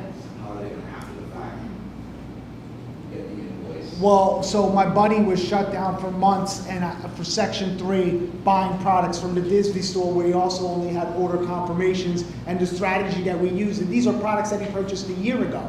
And the strategy that we used, I told him, reach out to them. He was, wasn't sure if it was gonna work, was able to make it work. They gave him an invoice for products he did online arbitrage with, where they usually just give order confirmations with tracking number. He spoke to someone there and said, no, listen, I purchased this as a customer, I need this. They made it happen. Someone in support made it happen. So make it happen. What are some strategies to increase buy box percentage? I'll share that. Some strategies to compete increase buy box percentage. So we run what's called what we consider like a low bid campaign, advertising campaign across a lot of wholesale listings. So you're looking at anywhere 3 to 8 cents per click would be the bid, which could greatly increase your chance of getting into the buy box. Additionally, you could run some of Amazon's amazing promotional opportunities, like a small coupon. The minimum coupon percentage is 5%. So yes, you're sacrificing a little margin, but if you have inventory that's not moving because you're not winning the buy box, you can increase that buy box percentage by running that small coupon. You could also add volume discounts, where you can do a customer buys 2, they save 10%. So now it looks more appealing to the customer. Amazon's chances of putting you in that buy box are greatly increased, and then you have better sales. Also, you may be at your floor price. Maybe your price isn't low enough, and you may need to sacrifice a little margin to move the inventory to get the products cash back into your business to reinvest it into better products. And lastly, I would just say that sometimes it's not the product. You might find that, hey, my price is very competitive, I'm just not getting the buy box. I would say if you're seeing that across all your listings, then most likely there's a high probability you're buying too small of a quantity. Amazon has hundreds of fulfillment centers. People are buying these products throughout the continental US and beyond. If you're purchasing, imagine 12 to 24 units and sending them out, they're not really going to spread across the country so much versus somebody who's sending in 100 plus, right, of that same product. So the more units you have, understanding Keepa and whatever Chrome extension you use, the more chances you are going to have of getting the buy box, because the closer you are to the customer. We've learned from community members who agree that more important than even the buy box price is how fast the product can get to the customer. So how close is that product to a fulfillment center that Amazon has? So the more product you have, the more fulfillment centers you're in, the more chances you have of being close proximity to a customer. In the back, with the mic. Well, thank you so much for the time, first of all. I had a question regarding that model of wholesale bundles. That's a lot of what I've been doing for the last couple of years. And I have a few bundles where I just bundle essentially big brand name products without their authorization. And based on those new policies, I'm just discontinuing them. But there's also bundles where I have the authorization of the brand to actually get them up on Amazon. Sure. So my question to you is, do you see that playing out, or do you think that that's also not, in line with the new policy? I was going to say, I see it playing out, but you should be communicating with those brands when you're creating those wholesale bundles for the brands that you have that relationship with and that confirmation that you can, is you want them to create GS1 barcodes for those listings, right? So, because it needs to have the connection with the brand. So for an example is I work with a very large international brand right now, and if I'm going to create a 2-pack of, let's just say, the Pellegrino, I'm going to say, hey, can you create me a custom UPC for this 2-pack? And then I'm using that UPC on the 2-pack listing. Same with a 6-pack, 9-pack, all of those things. We're communicating and getting GS1, so when Amazon looks in the GS1 database, they can confirm the UPC connected to the brand. That's the best way to do it without a doubt. And you have that open line of communication with them, so that shouldn't be an issue. Thank you. So, I got a question. So what do you think about those brands now that have I'll just use an example of somebody sells Easter baskets. Yeah. In that, it's their brand Easter basket, it's all their stuff. They got Godiva and they got something else. And they have permission from the brands. Yes. And letters of authorization. You think that's a threat? That's a risk? No, I don't, but what will happen or may happen is the listing will be taken down and you will have to prove it. And I've had conversations with Amazon that drive me nuts because we work, we have licensing for literally hundreds of Disney products, Minecraft, Stumble Guys, you name it, right? So these big licenses. And sometimes when we create listings, it gets taken down. And so I asked a simple question, Amazon, why can't my team provide this documentation when creating the listing? They go, well, it can only be triggered after it's taken down. That's when they ask for it. So it's a little nerve-wracking, but if that person that's doing the Easter basket has the licensing agreements, they'll be fine. I have the same question that someone had online regarding the Section 3. I bought an item online and just received the order confirmation, and it was back in January that I bought the item, just one item, and back in August, Amazon shut down my account, and I sent all the documents that I had to Amazon. They said, no, we need the invoice. I sent the email to the brands. I bought from the brand's website. They said the only thing that we can provide is the order invoice. I can send you a link. You can put the order invoice on the top, your email, and it's gonna pop up the order. But that's only what we can do for you. And then my account is still shut down. I don't know what to do. I have resubmit 10 times already all the documents, and I'm not sure if it's something I can do regarding that. Do you know? You have information, you've spoken to Amazon, and you have some sort of notification back from them stating that it's just this one particular ASIN? When I submit the first time, actually all the time that I submit, the response was, okay, we don't have enough information about that problem. Yeah, so you would need to communicate with account health support and find out if it's only pertaining to this ASIN.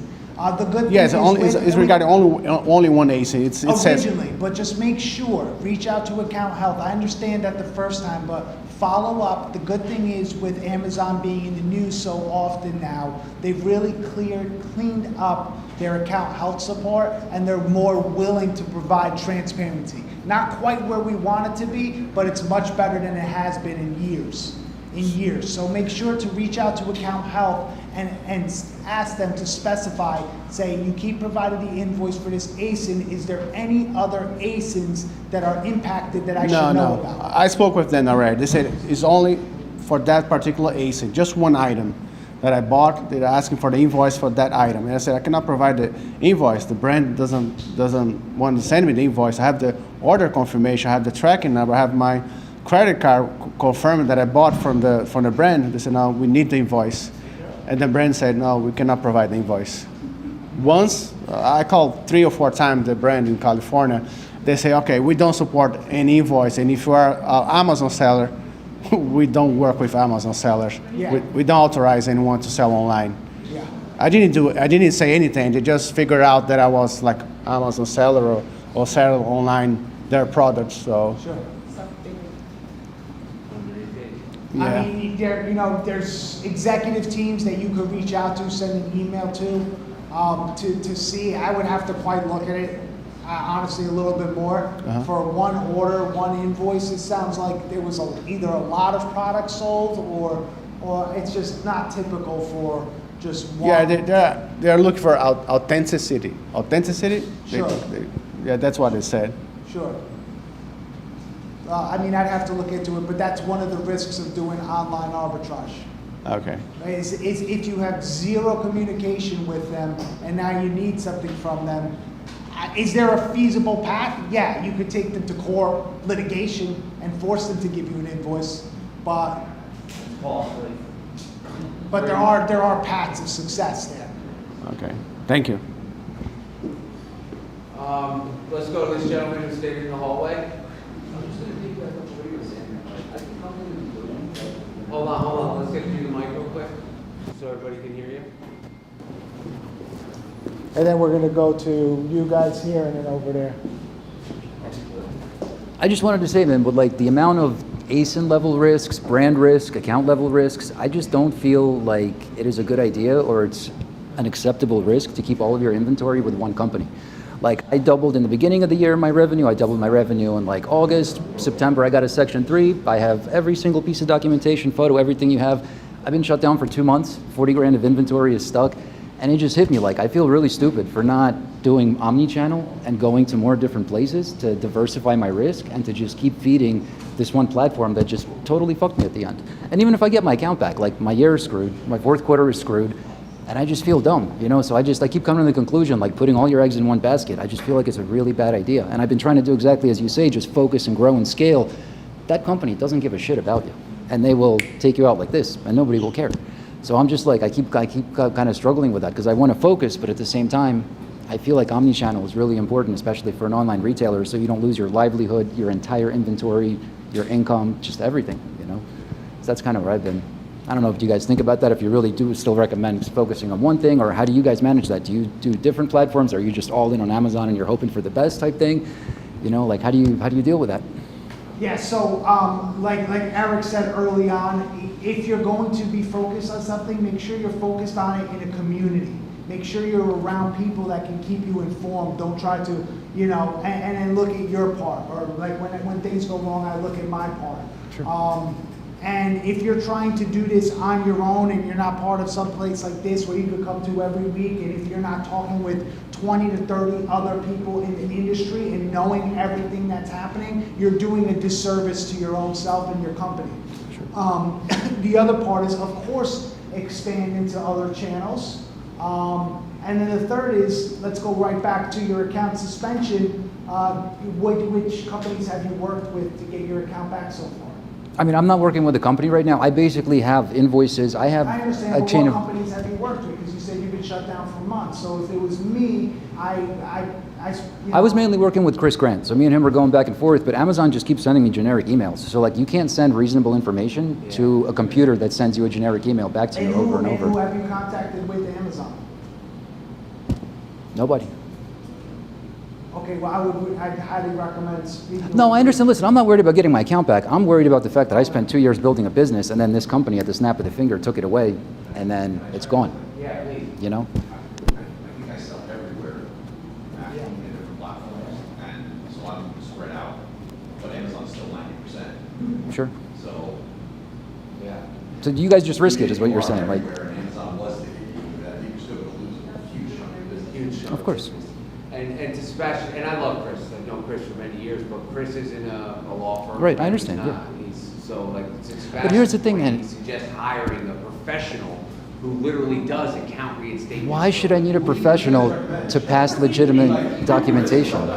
Because you said it's your library. I know, but you don't think it's silly that me with legitimate documentation, not doing anything wrong and having a complete supply chain documentation should not require thousands of dollars of investment to have a professional show that to the platform I sell on? I'm just bitter. I'm not trying to come at you guys, man. I'm just saying, like, I know Amazon. it's just really, How much do you sell a month? And I was getting to about 10 grand a month. Nice. So I know Amazon has sold 10 grand a month. I know Amazon has sold 7 million a month. I know I've never sold billions of dollars a month and been worth $1 trillion valuation. So I have to assume that there are things that they know that I don't. Now, does it mean that they do everything correctly? No. Does it mean I do everything correctly?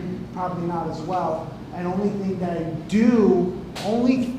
do have control about is what I do now to move forward. I wouldn't accept that account suspension as my last thing. Of course. I would spend money to ensure that I get my account back, especially if, to your point, you said it's your livelihood. I just feel demotivated to continue building into that platform completely after that experience, you know? I hear you, and I've been there, but, you know, Carlos summed it up. You could be in 20 different channels, Oh, right, and Amazon will still make up 80% of your business. Right. They're the biggest out there by far, leaps Right. and bounds.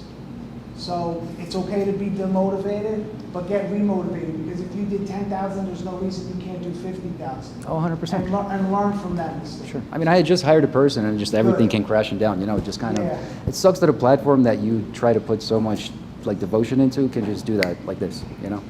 That's kind of risks in every No, of course, you're right. So are there actual professionals that can actually help to get an account reinstated? Like, Yes. oh. Yes, there are. There are. Absolutely. Let's do this real quick. Because a Oh, lot of yeah, people are let's- streaming, yeah, I so forgot. These guys are gonna stay here, you're gonna be able to model with a lot of hard questions. But for the purposes of the stream, I wanted to have a good wrap-up point. Yeah. Paul, you guys are practitioners in the trenches doing this, sharing what they know, this isn't a lot of guru stuff, so, thank these guys.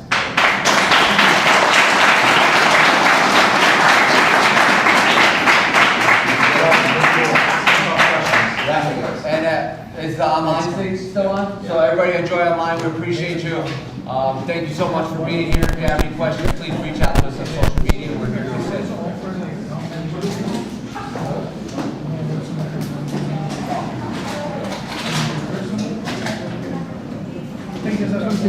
Yeah, man. Yeah, thanks for coming out. What was your first name?